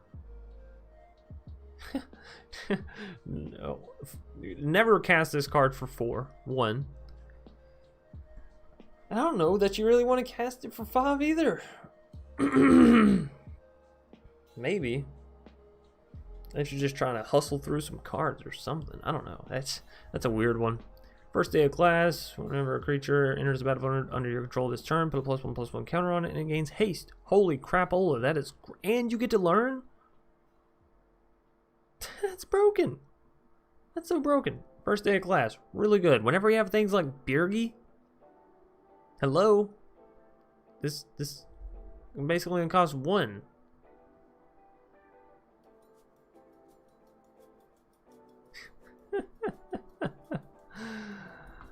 Oh my goodness.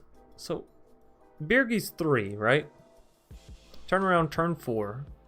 You play this. You tap 2. You get 1 back from Birgi, right? So you're left with 3 mana. Whenever a creature enters the battlefield under your control, it's haste until end of turn. The biggest problem you would run into is not being able to draw enough cards. But theoretically, you know, you turn around, you play a 2 CMC creature. You add 3 mana, you get 1 mana back. That creature comes down, has a +1/+1 counter on it, and it has haste now. And then you turn around, cast another creature, and that gives you 1 additional mana. It's another 2/2. It comes down, has a +1/+1 counter on it, and it has haste. And you cast another 1 mana, and it comes down.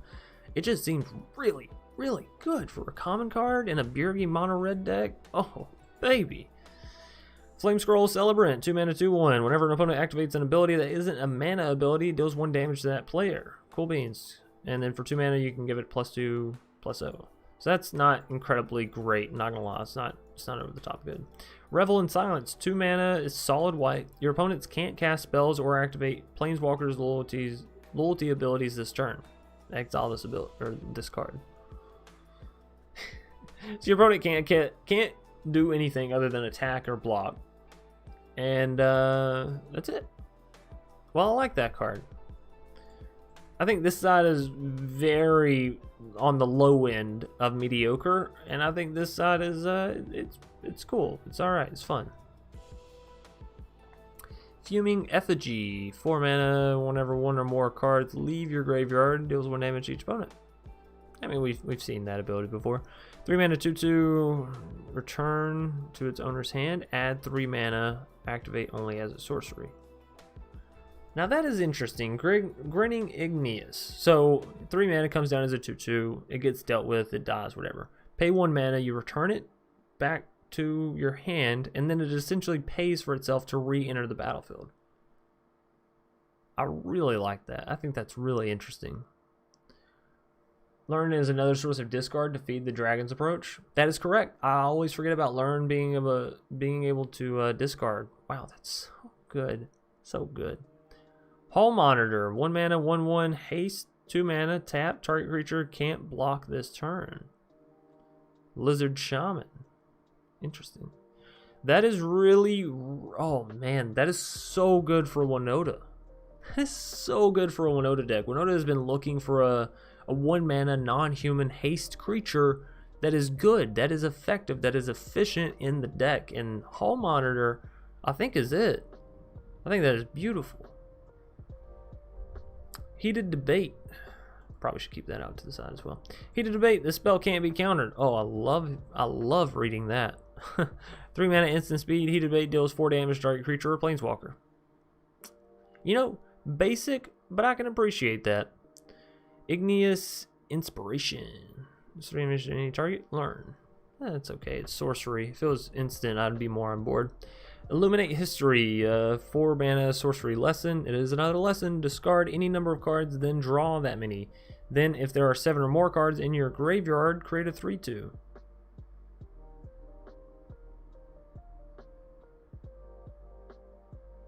And we have to remember this is a lesson, so this is something you can pull from your sideboard. That's good. That's really good. Illustrious Historian. I don't know what's with that voice. Anyways, 2 mana, 2/1, exile. You know, I was gonna say no, but honestly, like that's really good. That's really good for a mono red deck. That gives you so much value every time you would have bricked in the past.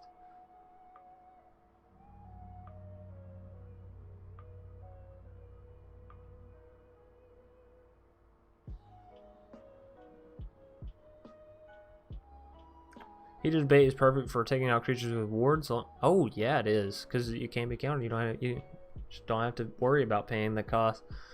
That's a good little insight there. Mascot Interception. 4 mana sorcery. The spell costs 3 less to cast if it targets a creature token. Gain control of target creature until end of turn. Untap that creature. It gains +2/+0 and gains haste. Holy crap. Could you imagine somebody's playing a shark token and they just made the world's fattest shark and you're like, oh, thank you. I don't think this card is exceptionally good, but it could have its instances where it's fun. 5 damage, excess. Okay. Pillar Drop Warden, 4 mana, 1/5. It's a dwarf. Graveyard to your hand. Activate only as a sorcery. Has reach. Oh, it's 4 mana. No, not good. Plarg. Dean of Chaos. 2 mana, 2/2. Discard a card, draw a card. Sure. 5 mana, reveal cards from the top of your library until you reveal a non-legendary, non-land card with mana value 3 or less. It's kind of specific. You may cast that card without paying its mana. Non-land, so you can cast instant sorceries, artifacts, enchantments, creatures, anything, right? As long as it's non-legendary. You may cast that card without paying its mana cost. Put all revealed cards not cast this way on the bottom of your library in a random order. Okay. So 5 mana, get a free card out. You should find a free card, right? Oh yeah, until you do. That's good.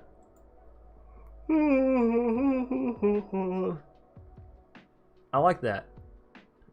And you know, surprisingly enough, this plays really well into Winota as well. Like, extremely well, because this is non-human. Now, sure, you can't pull a Winota out with it, but you can pull all the other elements out. Hey folks, what's up, Mizen? Hope you're having a nice day. Nice day at work. We're on red. We've just sort of been scrolling down through all the cards, and you know, it's taking me longer than I really would have liked, but that's fine. Retriever Phoenix, 4 mana, 2/2, flying haste. Whenever it enters the battlefield, if you cast it, learn. Okay, it's alright, I guess. As long as Retriever Phoenix is in your graveyard, if you would learn, you may instead return Retriever Phoenix to the battlefield. That's really good. It's really good. 4 mana is a little costly on the first cast of it, but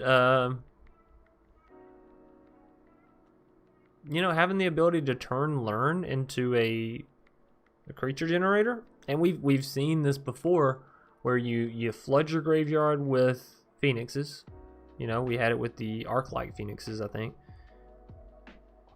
And then you return them all to the battlefield on the same turn.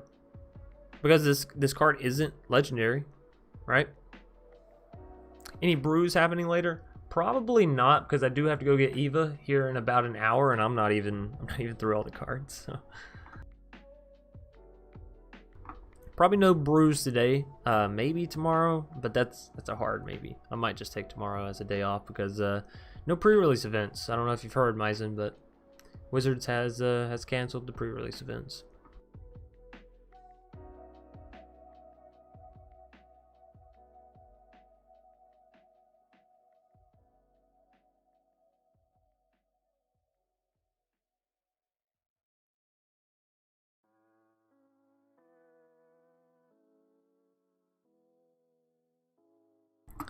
Alrighty, so Phoenix is good. That's going to be a deck in and of itself. Yep, Phoenix decks are coming back. Alright, we have Rowan. 3 mana, 2 loyalty, instant and sorcery spells you cast cost 1 less. Wow, I can't read that. Cost 1 less to cast. That's incredibly strong for a 3 loyalty planeswalker, not gonna lie. But the fact that we do have that 4 mana sorcery card in blue that allows you to take 3 CMC planeswalkers, just gain control of them. I mean, that's pretty good as well, right? Because you just take this from your opponent. Anyways, +1 deals 1 damage to each opponent. If you've drawn 3 or more cards this turn, she deals 3 damage to each opponent instead. Yeah, it's whatever. It's an ability. You get an emblem with whenever you cast an instant or sorcery spell, you may pay 2 if you do copy that spell. Ooh. That's good. That is good. Alright, let's see the other side. We got Will. Which, oh, it's right here. Okay, gotcha. Legendary Planeswalker Will, 5 mana, instant and sorcery spells you cast cost 1 less to cast. So same ability there, which is kind of nice. Sometimes I like the consistency. +1 up to 1 target creature has base power and toughness 0-2 until your next turn. Okay, sure. -3, draw 2 cards. Alright, that's fun. And -7, exile up to 5 target permanents. For each permanent exiled this way, its controller creates a 4/4 blue and red elemental creature token.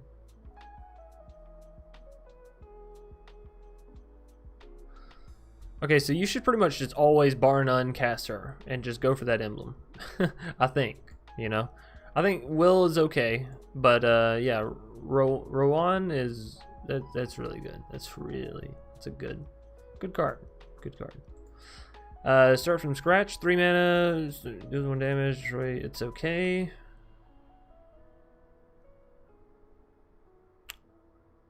Huh. What?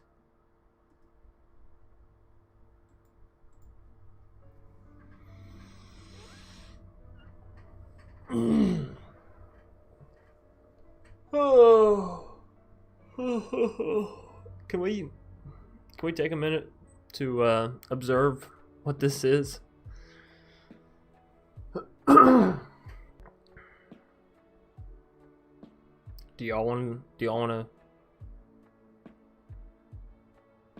Yeah, it's not just the potential to go off though, Jeff. It's the potential to just win on turn 4 bar none. It's a culmination of things. So it's a dwarf, okay?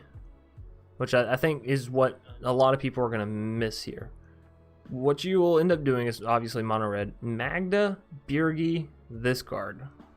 Magda on turn 2, which reads, you know, if a dwarf gets tapped, it creates a treasure token.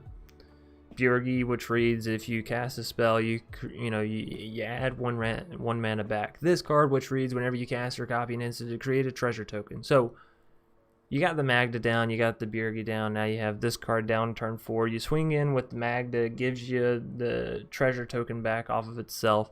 You cast a spell. Whenever you cast a spell, your Birgi gives you 1 red mana. This thing also gives you a treasure token, right?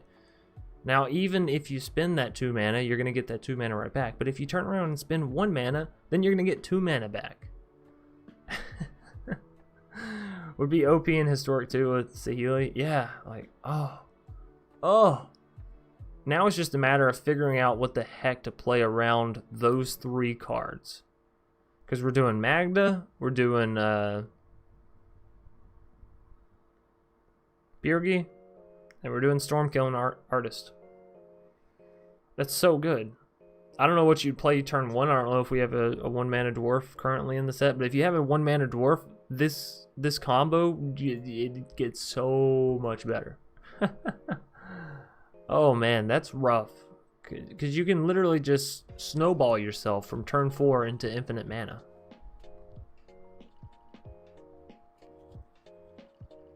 You want card draw? Yeah, but that's the thing. In red, I mean, we have 1 mana card draw, you know?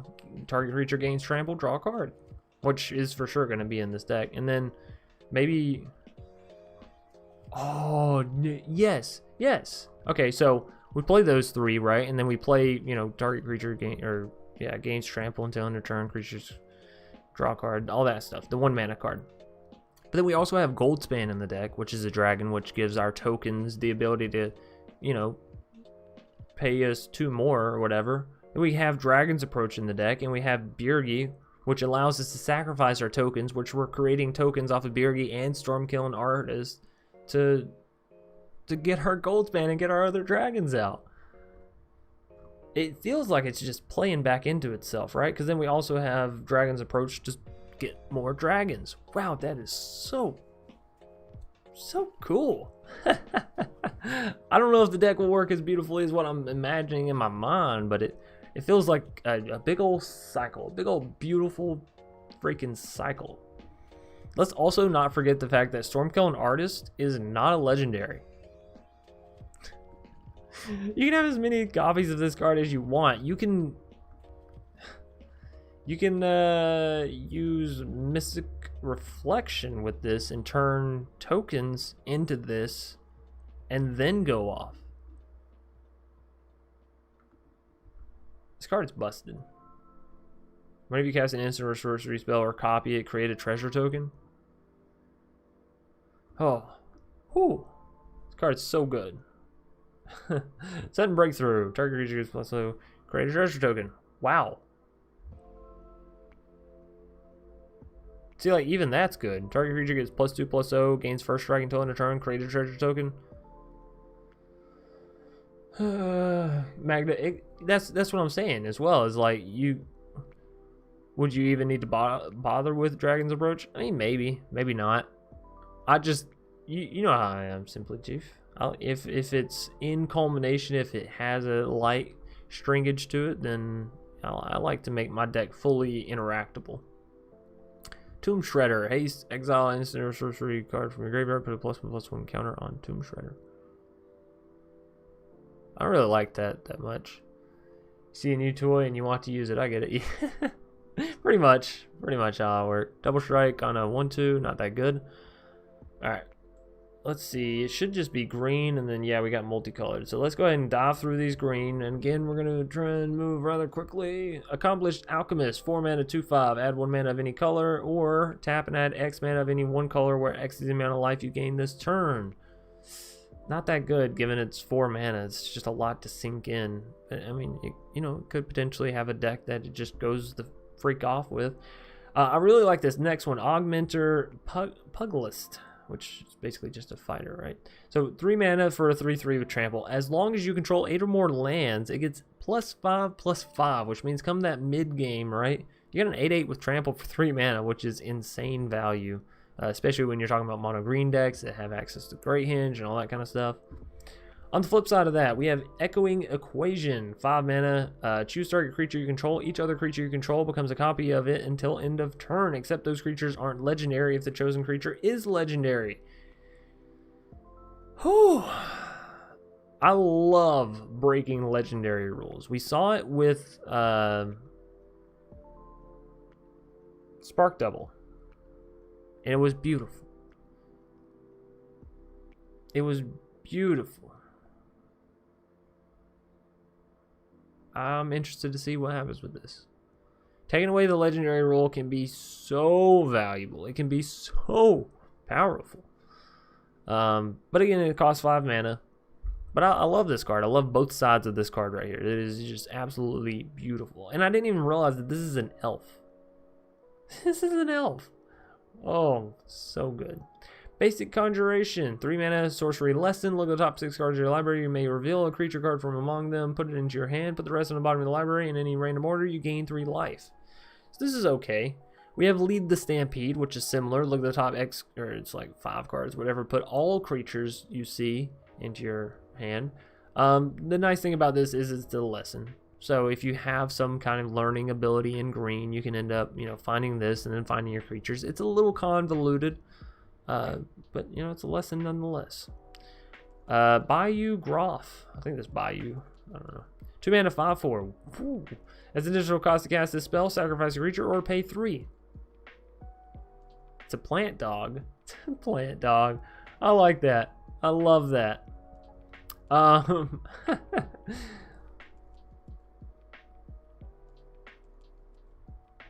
Ooh. Do we have a Naya dog deck that's actually going to be playable?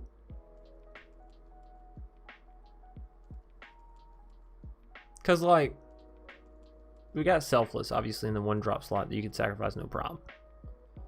You got the 2 mana, what is it, Pack Leader, right? Gives your other dogs +1/+1, which would make this a 6/5, which is insane. You got Ren and Seri, right? Which is Naya. You cast dogs, you get cats out of it, which confusing altogether, but. And then, you know, you slap a little Winota action in there, the Alpine Houndmaster, which ends up drawing you out more dogs. I think Naya Pups is going to be pretty powerful. I'm not going to lie, I really just wanted to use the alliteration there. But in all reality, I think it will be a very fun deck. And I think this card will get looked over, but I think this is going to be sort of the turn-on card. Sounds weird. The key, if you will. Blex, Vexing Pest. Oh, y'all were so close to just... You could have named it Vexing Pex. Blex, Vexing Pex. I don't know. 3 mana, 3/2. It's a pest, obviously. Legendary creature, other pests, bats, insects, snakes, and spiders you control get +1/+1. When Blex, Vexing Pest dies, you gain 4 life. So this is interesting with something like this, where we could turn all of our creatures into Blex, Vexing Pest, and then all of our Blexes are adding to all of our Blexes, right? I like the idea of that, in the very least. I also like the fact of how closely together this combination was, so I really didn't have to think that hard about it either. Search for Blex. 4 mana, sorcery. Look at the top 5 cards of your library. You may put any number of them into your hand and the rest into your library. So potentially 4 mana, draw 5, which is not too shabby. But you do lose 3 life for each card you put into your hand this way. I like it. I think this is a good mythic. It's got a good stylization to it. I'm not saying go out and get this mythic, by the way. I'm not saying it's going to be played or even useful. I just think it's fun, okay? I'm not going to be mad if I get it, is what I'm saying. Bookworm, 8 mana, 7/7, enters the battlefield, gain 3 life, draw a card, put it from your graveyard to the top of your third from the top of your library, okay? 8 mana, it's okay for what it is. Charge through, target creature gains trample, and draw a card. It's the green version.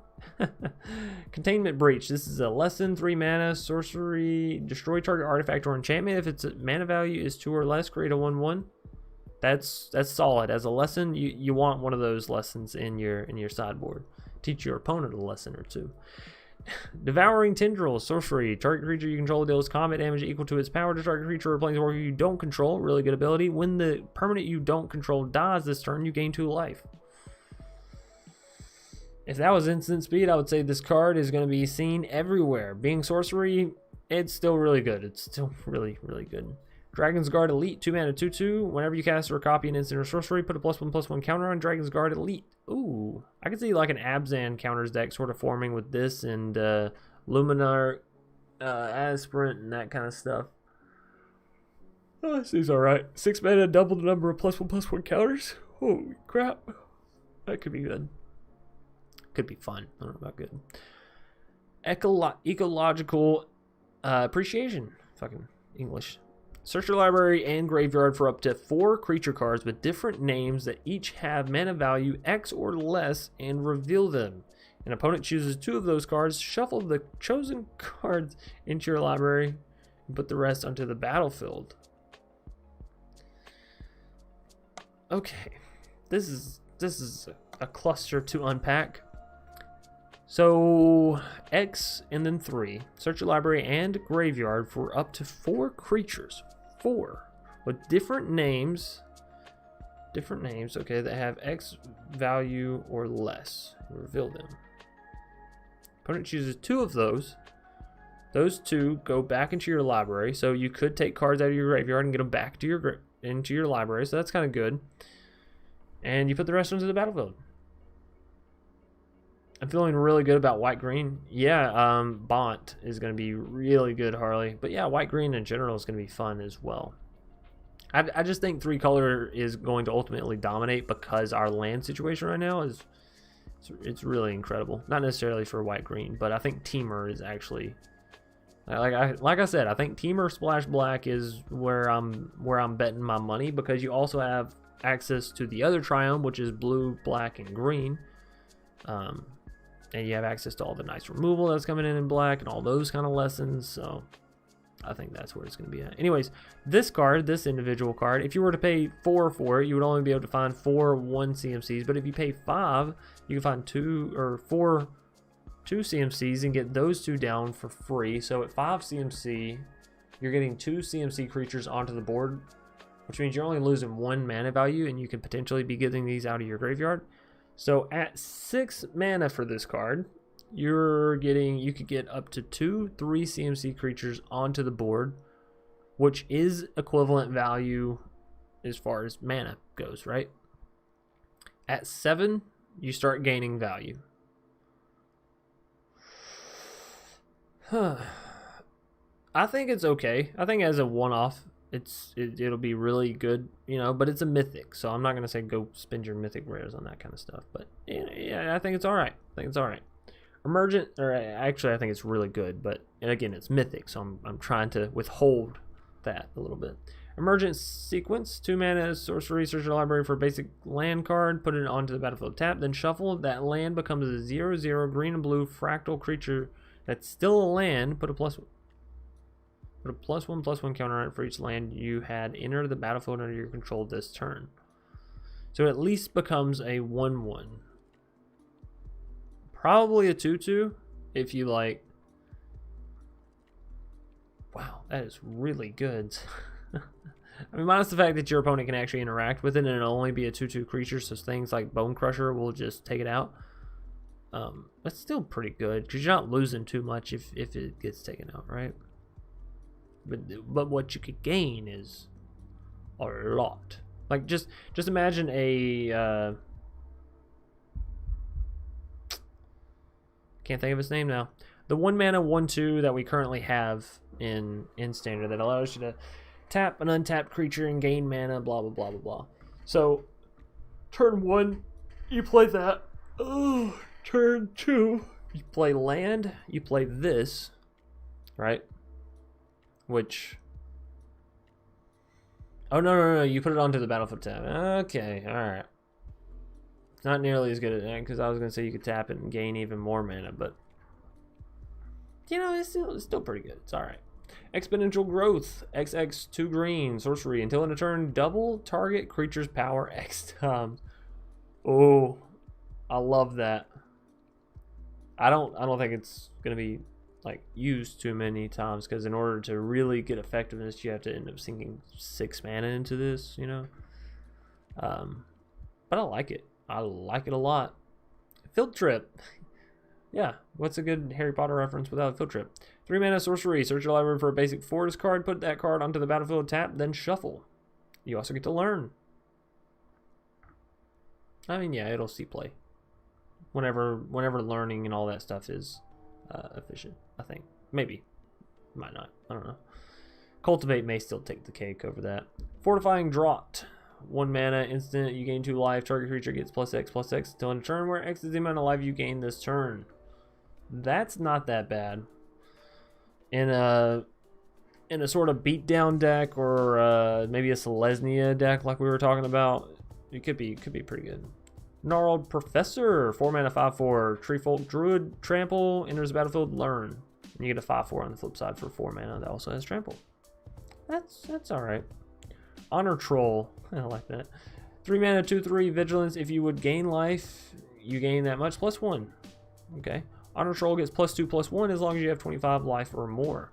We've seen this before, but it was on an angel, so yeah, I mean, you know, I like that ability. It's all right. Cleric, Wrangler, I think that's what it is. 5 mana, 3/3. Whenever you cast or copy an instant or sorcery spell, put a +1/+1 counter on target creature you control. You just already have this in a smaller creature, sorta. You don't get to put it on target creature, but it just puts it on itself. So, 3 mana, Elf Druid, Dean of Substance. Exile top card of your library if it's a land, put it into your hand. Otherwise, put a study counter on it. 4 mana, create a 0/0 green and blue fractal creature token. Put a +1/+1 counter on it for each different mana value among non-land cards you own and exile with study counters on them.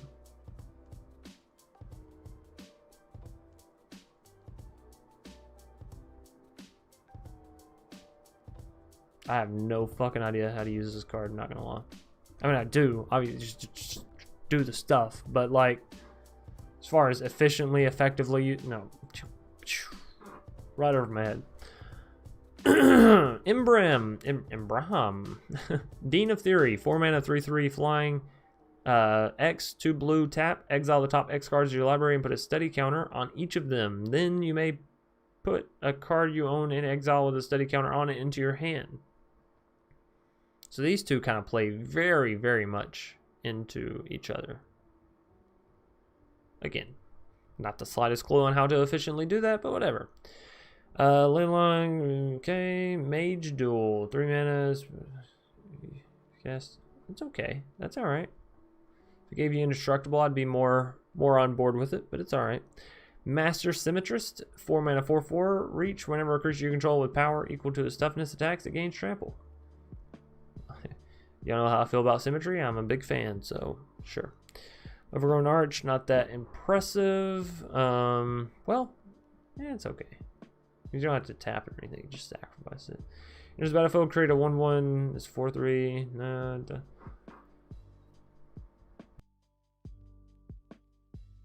No, a lot of these are just sort of like draft filler or whatever.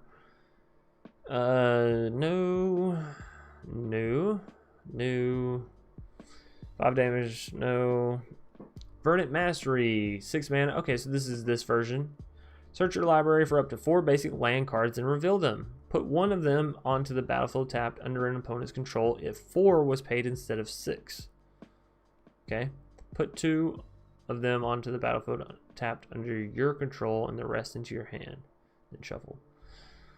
So if you pay 6, you get 2 down, 2 in hand.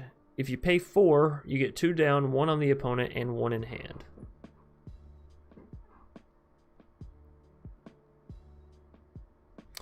It's okay. I don't know how much you want to be ramping your opponent, but yeah, it's alright. Blot out the sky. X, and then 2 white and black. Create X, tapped 2/1 white and black Inkling creature tokens with flying. If X is 6 or more, destroy all non-creature, non-land permanent. Non-creature, non-land permanents. That's very specific. It's artifacts, enchantments, planeswalkers. What I think about Dragon's Approach? Oh yeah, no, that's one of the cards that I pulled up over here to the side. We're gonna be working with Dragon's Approach, Harley. Don't you worry. I really enjoy this card. I was telling people, I don't remember which. Maybe it was just separately. We were just going to do a big Dragon's Approach sort of discard deck and see if we can make that work. But anyways, closing statement. 5 mana, the spell costs 2 less to cast during your end step, so it only costs 3. Destroy target creature or planeswalker you don't control. Put a +1/+1 counter up to 1 target creature you do control. It's interesting. It'll be some okay removal for budgety players, but thanks. Yeah, no problem. We're going to be diving deeper in on that card, but I do enjoy it as far as a fun stance goes. As far as actual competitive goes, I don't know about it. I just think it'll probably get swapped out for other more effective cards. Anyways, Dramatic Finale, 4 mana enchantment, or white or black. I really like the fact that you really have the option here of what you want to cast. Creature tokens you control get +1/+1. That's good. And whenever one or more non-token creatures you control die, create a 2/1 white and black Inkling creature token with flying. This ability only triggers once each turn. I really like Dramatic Finale. I don't know how effective it'll be, how good it'll be, but I like that card. Put 2 +1/+1 counters. Other creatures you control get +1/+1 until end turn. Oh, it's 4 mana. Yeah, right. Exodus Auric Overlord. 4 mana, 2/4, double strike. Whenever you cast or copy an instant or sorcery spell, return target non-legendary creature card from your graveyard to your hand. Oh, you had to say hand, huh? And then we have Awaken the Blood Avatar on the other side of that. I really like this. 6 mana. Sorry, it's not 6. 8 mana. As an additional cost to cast a spell, you may sacrifice any number of creatures. The spell's cost gets reduced by 2 per creature sacrifice. So sacrifice 3 creatures and it only costs 2 mana. Each opponent sacrifices a creature, so really good.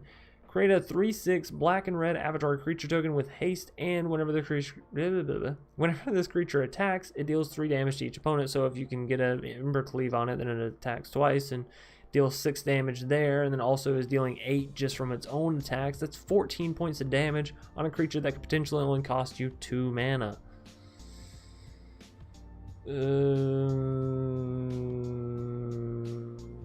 Yeah.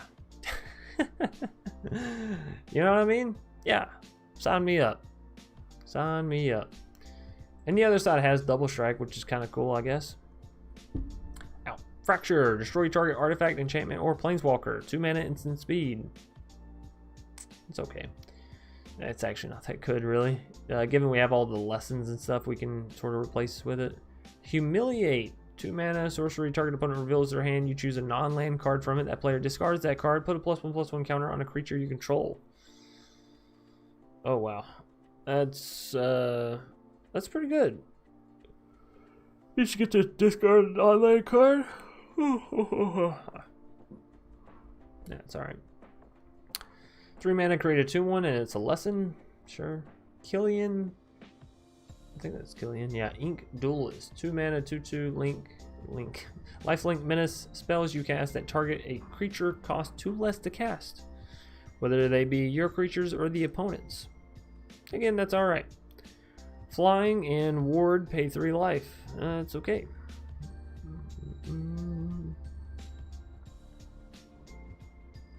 That's really bad. Whenever another creature you control with flying dies, put a +1/+1 counter on target creature you control. 3 mana. That's okay. Elder Dragon. We're finally getting into some of the Elder Dragons. Beautiful. Flying double strike at the beginning of combat on your turn. You may choose 2. Each mode must target a different player. Target player creates a 2/1 white black Inkling creature token with flying. Target player draws a card and loses 1 life. Target player puts a +1/+1 counter on each creature they control. Obviously, you would never be choosing that one for your opponent unless they absolutely don't have any creatures.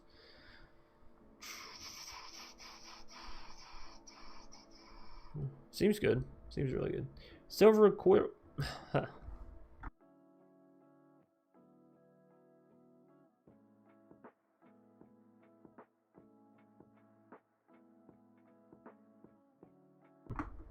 I gotta let me know when my hair gets to looking crazy, alright? I'm not paying that close attention to myself. Silver Quill Apprentice. 2 mana, 2/2. Whenever you cast. Yeah, it's bad. Command. 4 mana, sorcery, choose 2. Target creature gets +3/+3 and gains flying. Turn target creature with 2 CMC or less to the battlefield. Target player draws a card, loses 1 life. Target player or target opponent sacrifices a creature. Not honestly that good given its sorcery speed. None of those are all that great. Pledge Mage. Whenever you cast an instant or sorcery, gains your choice of flying, lifelink until end of turn. It's not that good either. Silencer. 2 mana, 3/2. Enters the battlefield. Choose a non-land card name. Whenever opponent cast a spell with a chosen name, they lose 3 life and you draw a card.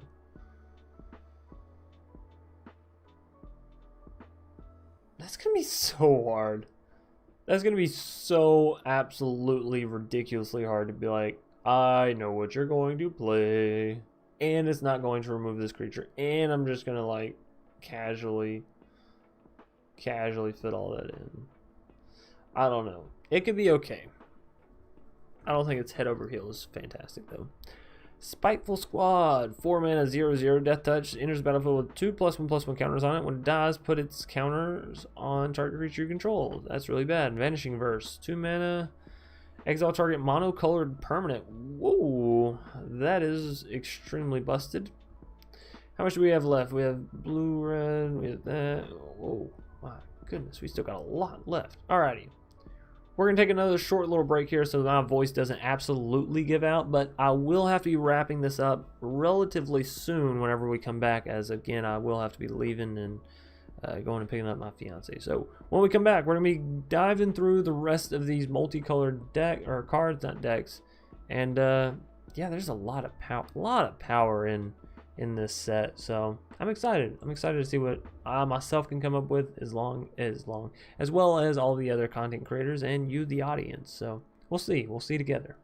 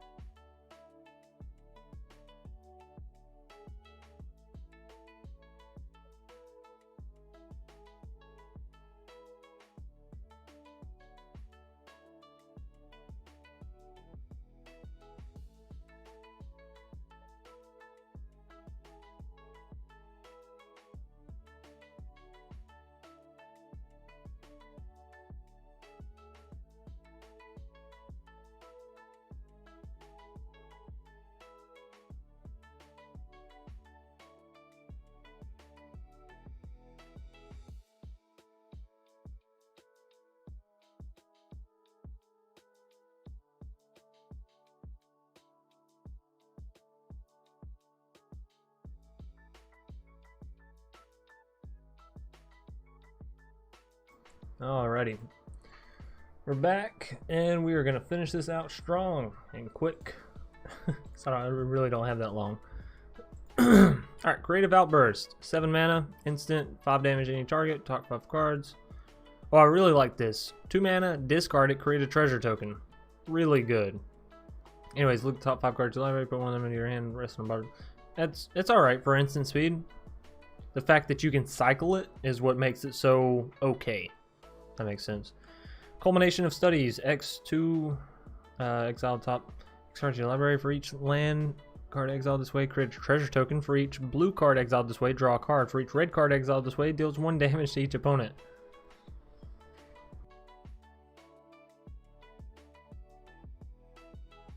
Well, that's really strong. We get an exile on top.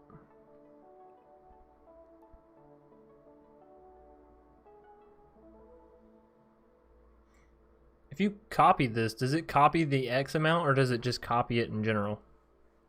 Does anybody know? If you do know, can you let me know? If I was to copy Culmination of Studies, does it copy it for the same amount that I pay for it, or does it copy it for 0? Just let me know. Anyways, exile top X cards for each land card exile this way. Create a treasure token for each blue card exile this way. Draw a card for each red. Have you seen Body of Research yet? I don't know. Maybe. Jags eggs. I like that. So let's see. If we were to cast this, we'd have to have 15 mana total. Blue, 14 red, so 13. We could exile the top 13 cards of our library come turn like 6, right?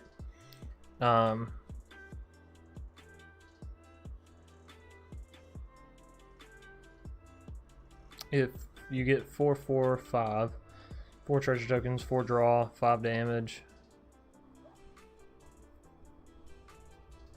You can't cast anything else that turn. That might be worth it. The value you paid for X is copied.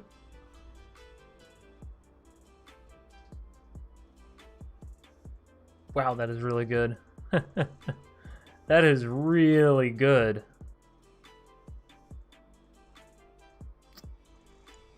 All right, cool.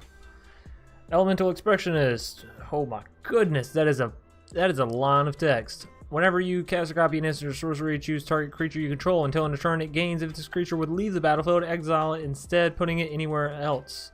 When you exile this creature, create a 4/4 blue and red elemental creature token. Holy crap. When you cast something, choose a creature. If that creature leaves the battlefield, then you create a 4/4 and you exile it if you choose to, or if you want to.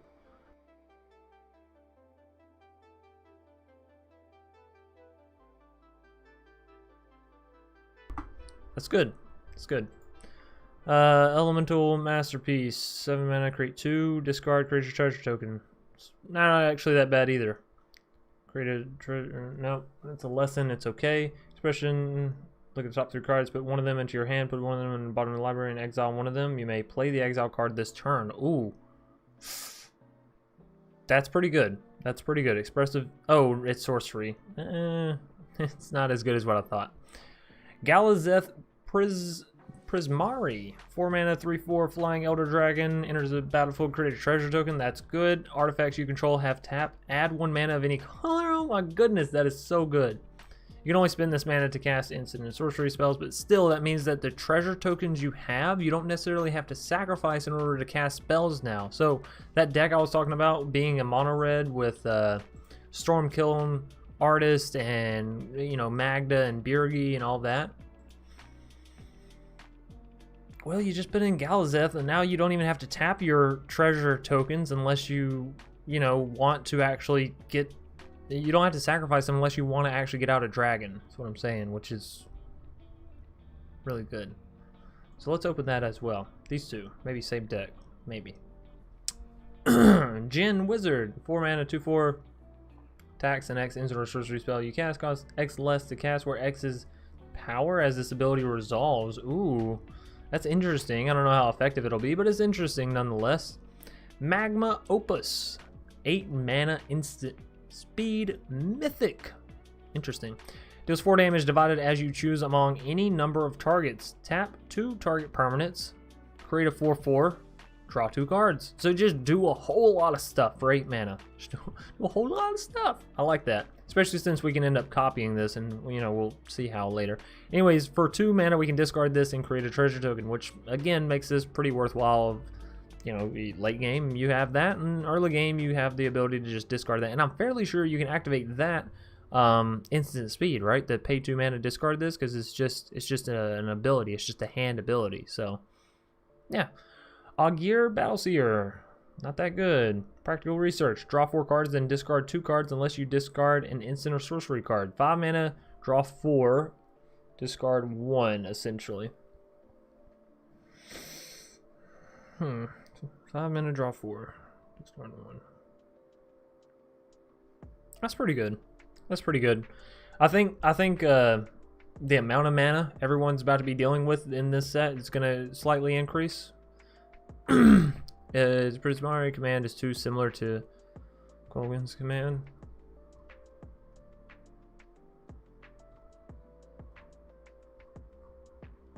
Where's that at? Oh, that's right here. You're reading ahead of me. You're confusing me. Alright, Prismari Apprentice, 2 mana, 2/2. Whenever you cast or copy an instant or sorcery, can't be blocked this turn. If that spell has converted mana cost 5 or greater, put a +1/+1 counter. That might be okay in a tempo deck. Maybe. Prismari command, 3 mana instant, choose 2, deals 2 damage to any target. Target player draws 2 cards and discards 2 cards. Target player creates a treasure token, destroy target artifact. Yeah, it's okay. For 3 mana, being able to like cycle cards and take out an artifact, or being able to take out a creature and potentially add mana for a later date, you know, I guess it's alright. 2 mana, 3/3, Defender, Magecraft, can attack as though it didn't have Defender. Sure. Rutha, I like that name, Rutha. 3 mana, 1/4, return to its owner's hand, copy target instant or sorcery spell you control. Interesting. I like that ability. I really like that ability. 3 mana, return this creature to the hand, copy an instant or sorcery. Nothing special or spectacular outside of that, but I like it.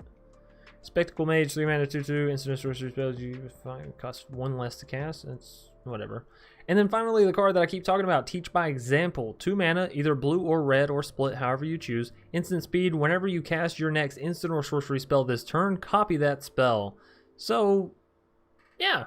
We have Dual Strike, which allows you to copy, you know, spells of 4 CMC or less, and now we have Teach by Example, which just allows you to copy spells in general. Obviously, this is going to be really good with cards like Magma Opus, where you can end up dealing 8 damage, creating, you know, 2 4/4s, drawing 4 cards, tapping 4 permanents, all that kind of stuff.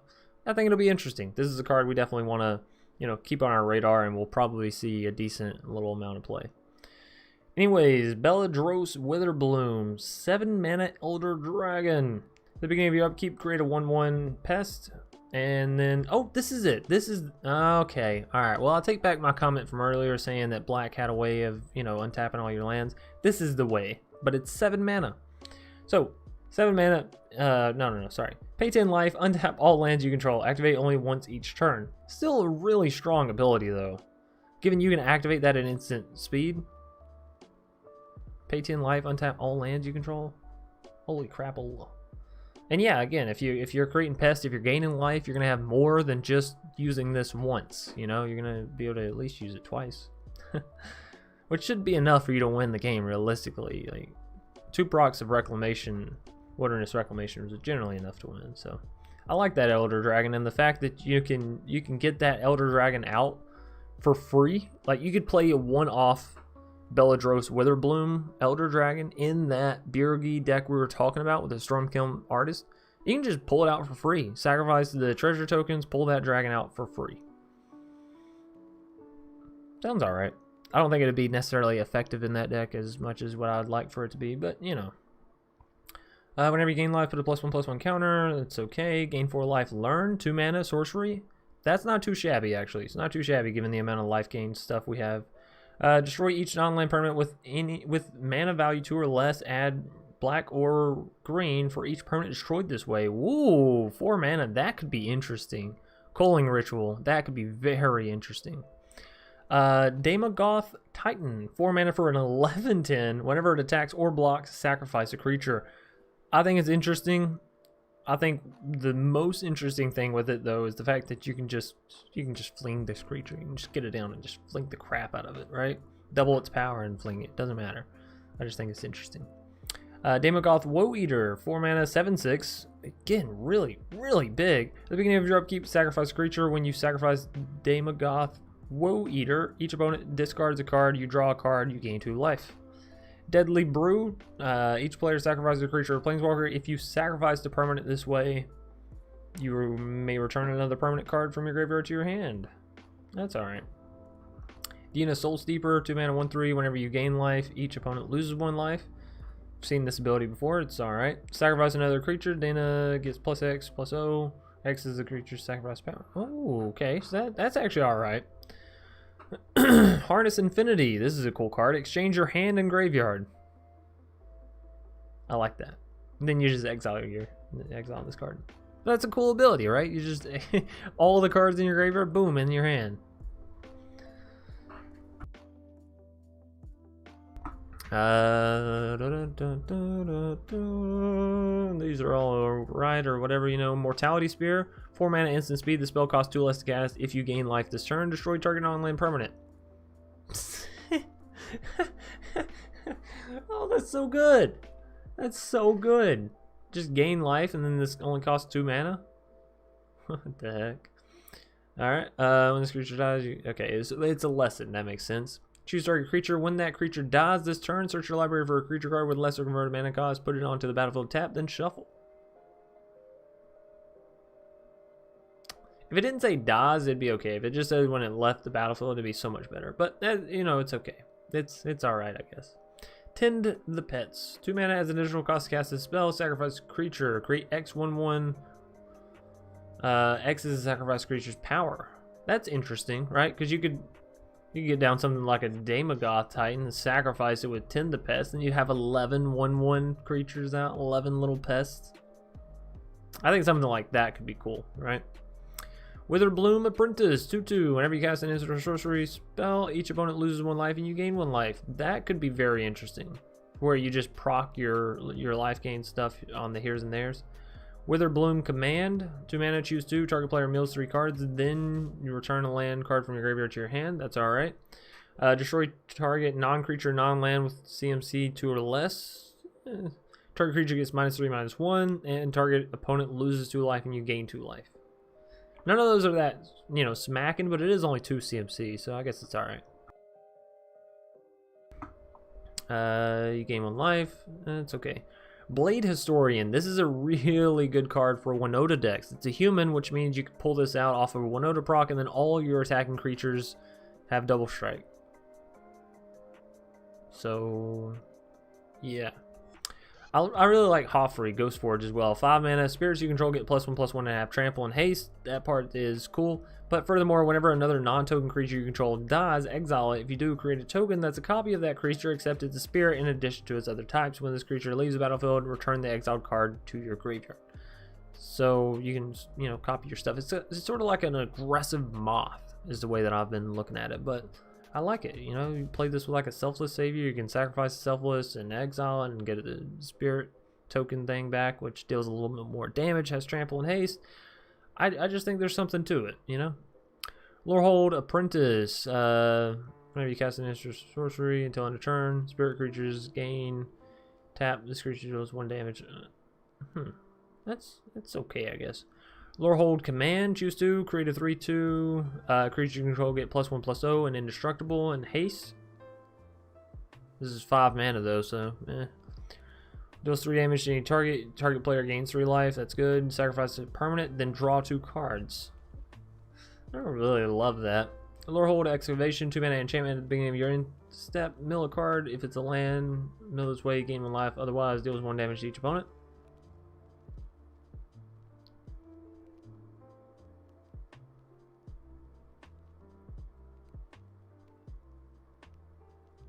That's okay. I I don't know why you would play this really in the decks that it seemingly goes in.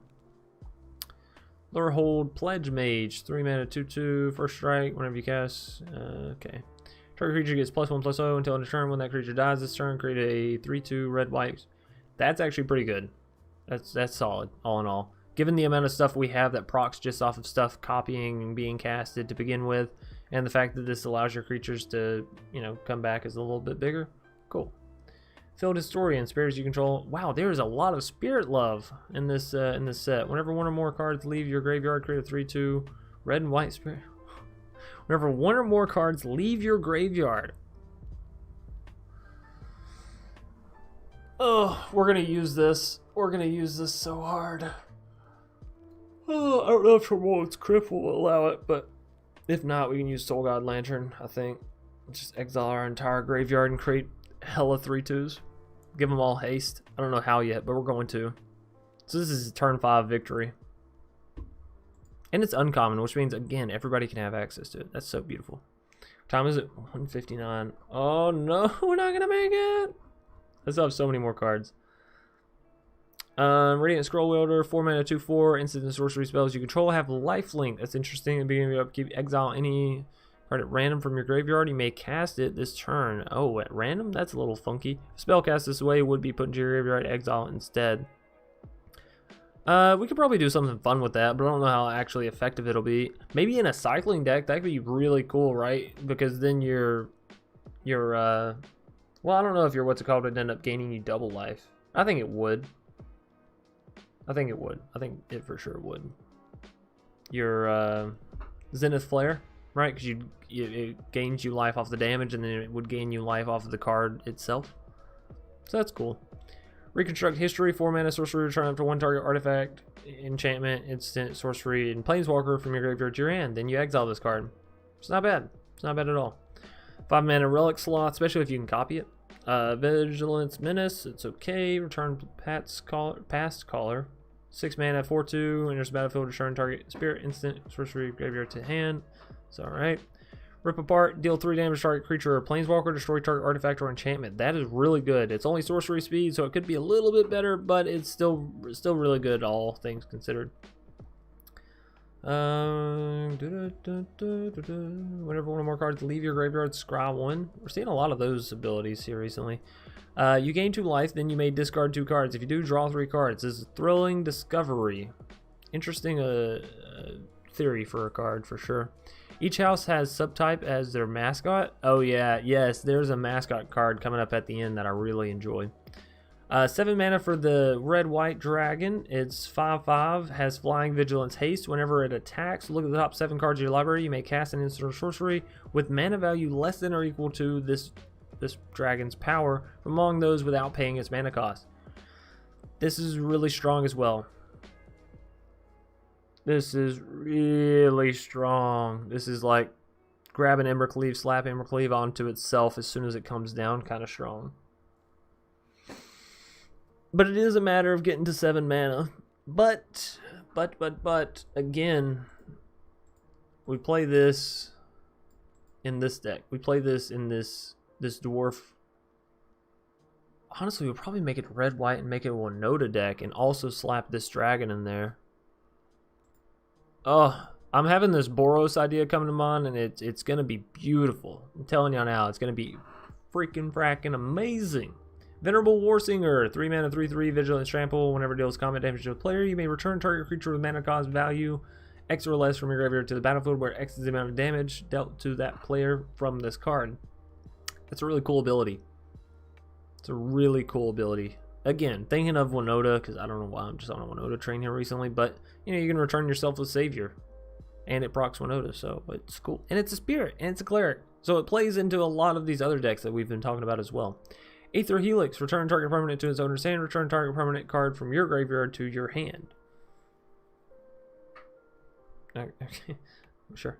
Biomathematician, 3 mana, when it enters the battlefield, create a 0/0 green for each fractal you control. Okay, so yeah, this is that fractal tribal I was talking about. Body of Research, somebody was acting of that. Yeah, Jags. 6 mana sorcery, create create a 0/0, put X +1/+1 counters on it, where X is the number of cards in your library. Holy crap. Yeah, you just cast this and you have I can't remember the name, but it's a 1 mana enchantment for your lands. It has cycling on it. It allows you to give your creatures trample and haste just by tapping a land. So essentially you could have a 7 mana,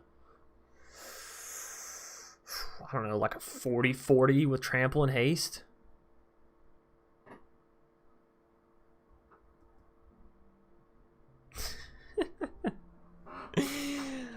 Oh no. So that's going to be one that we got to create. So I see at least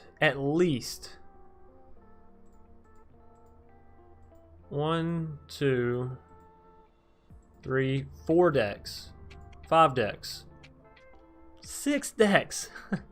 I see a lot of decks that we got to create here within our first few weeks. Decisive Denial. Choose one. Target creature you control fights target creature you don't control, or counter target non-creature spell unless the controller pays. Ooh, I love that. That is what allows tempo to breathe, and that is what allows tempo to take down control, which means control has less power and less ambiance, less presence within the meta. This is going to be an important card, ladies and gentlemen. Keep note, Decisive Denial. You will grow to hate this card. I already hate it, but it's beautiful and it's needed. It's needed, I think. Maybe. I say needed. Need is a strong word. Double Major. I also love this card. So, 2 mana, copy target creature spell you control, except it isn't legendary. 2 mana. 2 mana. That's cheaper than Spark Double. Now, I believe, because it says creature spell, right? I could be wrong, but I believe you have to be casting it, because once it comes onto the board, it's a permanent, it's no longer a spell that is being cast, if that makes sense.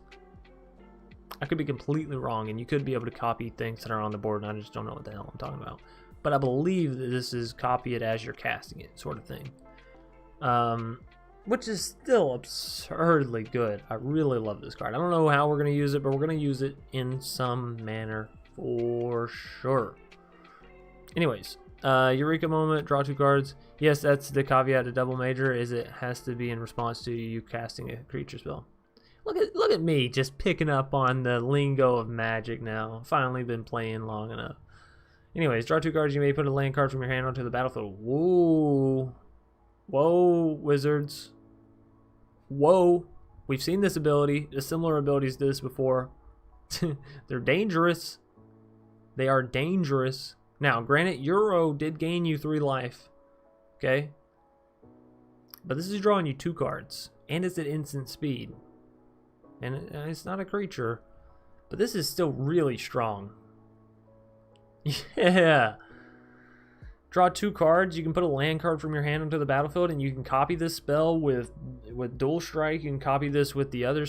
You can copy this with the other spell we just talked about, which means, man, for 6 mana you could draw 4 cards, ramp 2, 0 drawback. You know, like you're not giving the opponent a land or whatever, like we've seen with some of these previous spells. Oh, that's really good. That's really good. That's really good. All right, Fractal Summoning, X/2/2. Create 0, put X +1. Okay, I mean, that makes pretty good sense.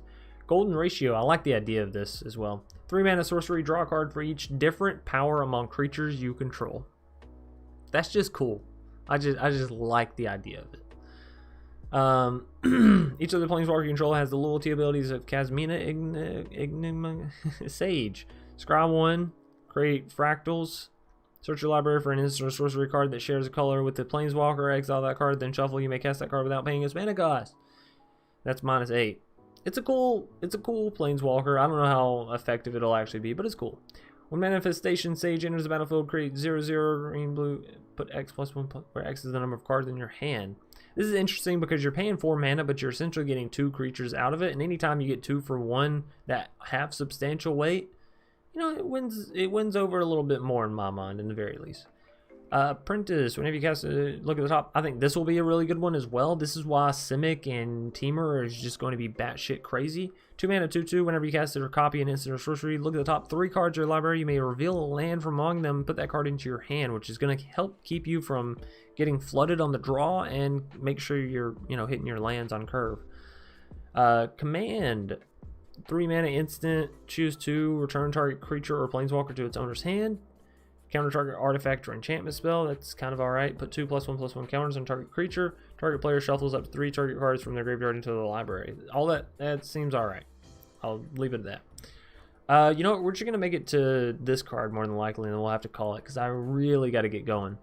Cultivator, 4 mana for a 3/4, enters the battlefield. You may search your library for a basic forest or island. That's really good. Put it onto the battlefield, then shuffle. Oh, and it doesn't enter tapped. That's not bad. It's not bad. Pledge Mage, 3 mana, 2/2. Whenever you cast or copy, it gets +1/+1. Oh, you put a +1/+1 counter on it though. That's alright. Square up. Square up, bro. 2 mana instant. Target creature has base power and toughness 4/4. Sure.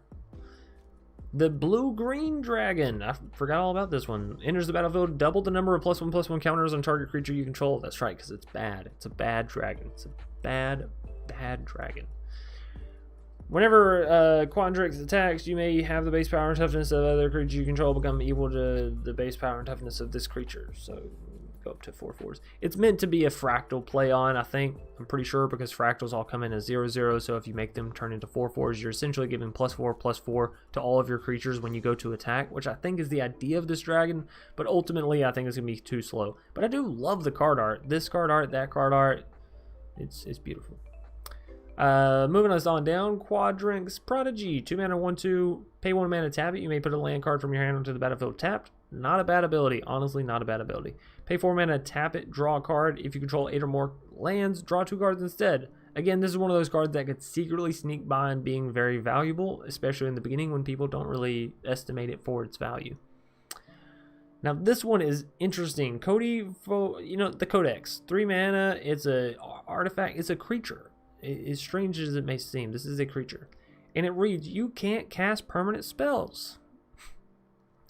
4 mana, tap it. You add 5 colored mana. When you cast your next spell this turn, exile cards from the top of your library until you exile an instant or sorcery spell with lesser converted mana value. Until end of turn, you may cast that card without paying its mana value. Put each other card exiled this way on the bottom of your library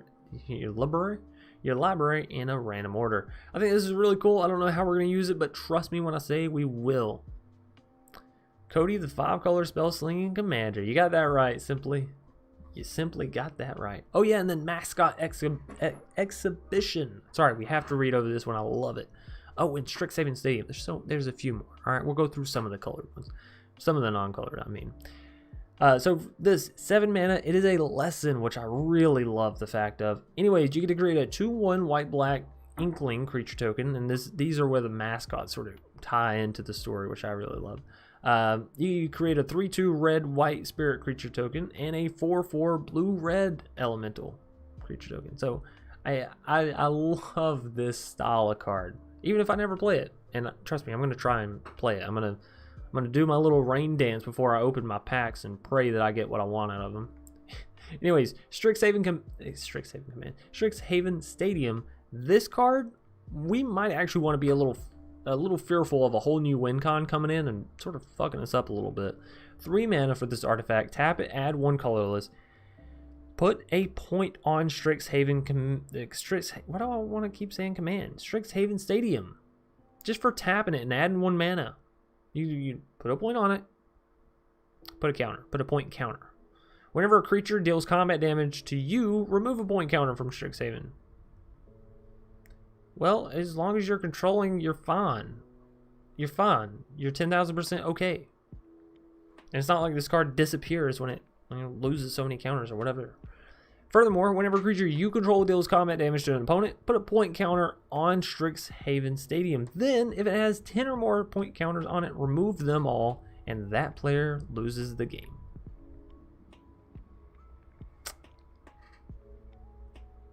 What? What?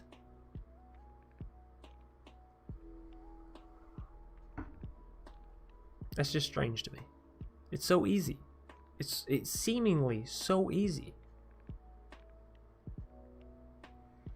There are permanent spells that put... There are non-permanent spells that put permanents onto the board. That is correct. Yes.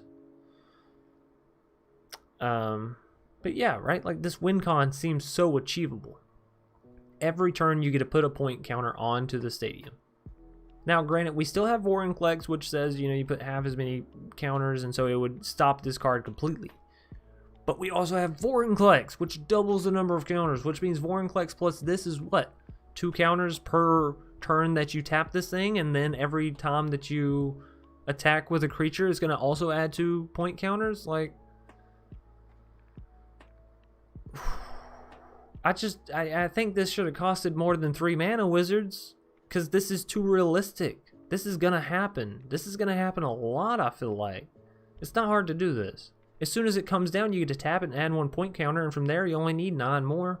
Hell, you play this on turn 4, you have 2 mana still available, you have mana for a counter spell, negate whatever, keep your opponent from removing this card, right?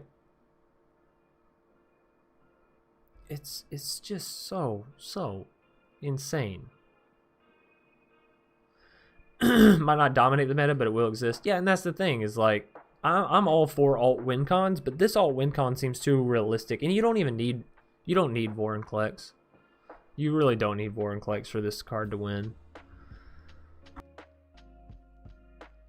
I'm just worried that control players are going to play this, and you don't need creatures attacking in order to win with this card. You just need to tap it and add mana in order to win with this card, because every time it taps, you put a point counter on it. Which means as soon as it comes down on turn 3, you got a timer. You got a 10-turn timer from turn 3, which it sounds like a lot of time. 13 turns sounds like a lot of time. But if you get board wiped on turn 6, it only leaves you 7 turns to maybe come back. And hell, you know, usually by that turn time, you've already lost. But if this is played in an efficient, maybe Yorion style deck where you have some creatures, right? I hate that I keep referencing Yorion, but again, it's a good layout of control deck that plays creatures. I think it could be really good. Yeah. I think in a tempo deck, this could be incredibly strong as well. Anyways, we gotta move on. I gotta go. Wandering Archaic. 5 mana, 4/4. Whenever an opponent casts an instant or sorcery spell, they may pay 2. If they don't, you may copy that spell. I love this card. I love it.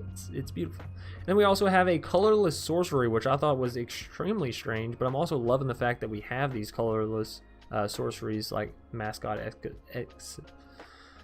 Y'all know what I'm talking about. I don't have to keep Englishing. I've been Englishing all day. Explore the Vast Lands. 3 mana sorcery. Each player looks at the top 5 cards of their library, reveals a land and or instant or sorcery card from among them, then puts the cards they revealed this way into their hand and the rest on the bottom of the library. In a random order, each player gains 3 life. It's solid. It is solid. But I really love this side. The avatar, the creature avatar is so good.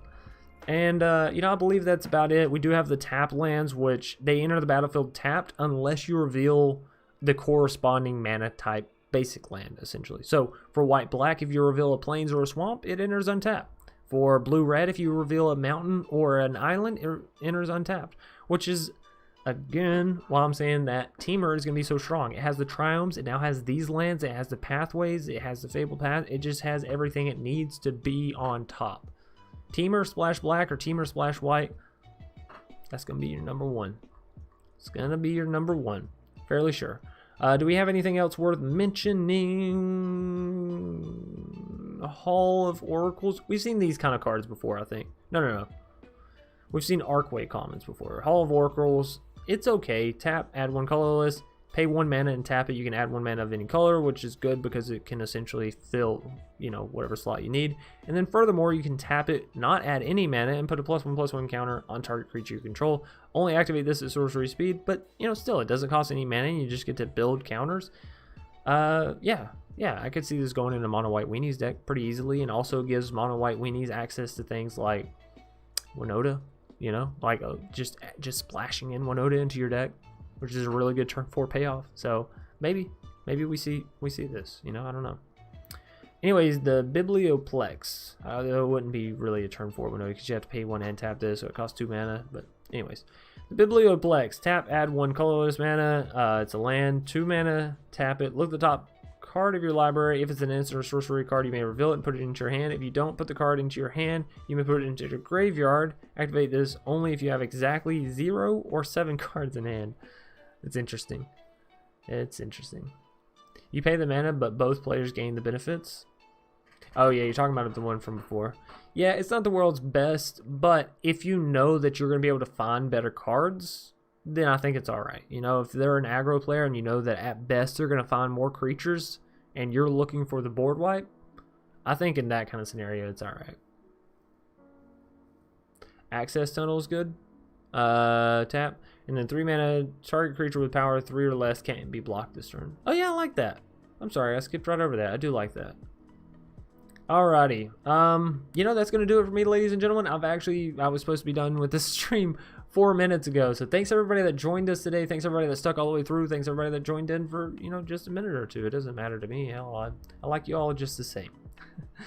We got a lot of ideas for a lot of decks that we're going to be building out over the next couple of days. And of course, when Strixhaven does drop, we're going to try and play as many of these things as we can. But it seems like a lot of the cool cards, as per the usual, for whatever reason, are rares and mythics. So, you know, we'll get through as many as we can. Anyways, once again, everybody, thanks for showing up, showing out, showing your support. Until, well, not until tomorrow, because again, we may take tomorrow off. We may build a few decks. I'm not going to stick heavy on that promise, though. If we do build and brew some decks tomorrow, it'll be similar to this stream where I just sort of hop in and we do it, and then, you know, we're done at some random time.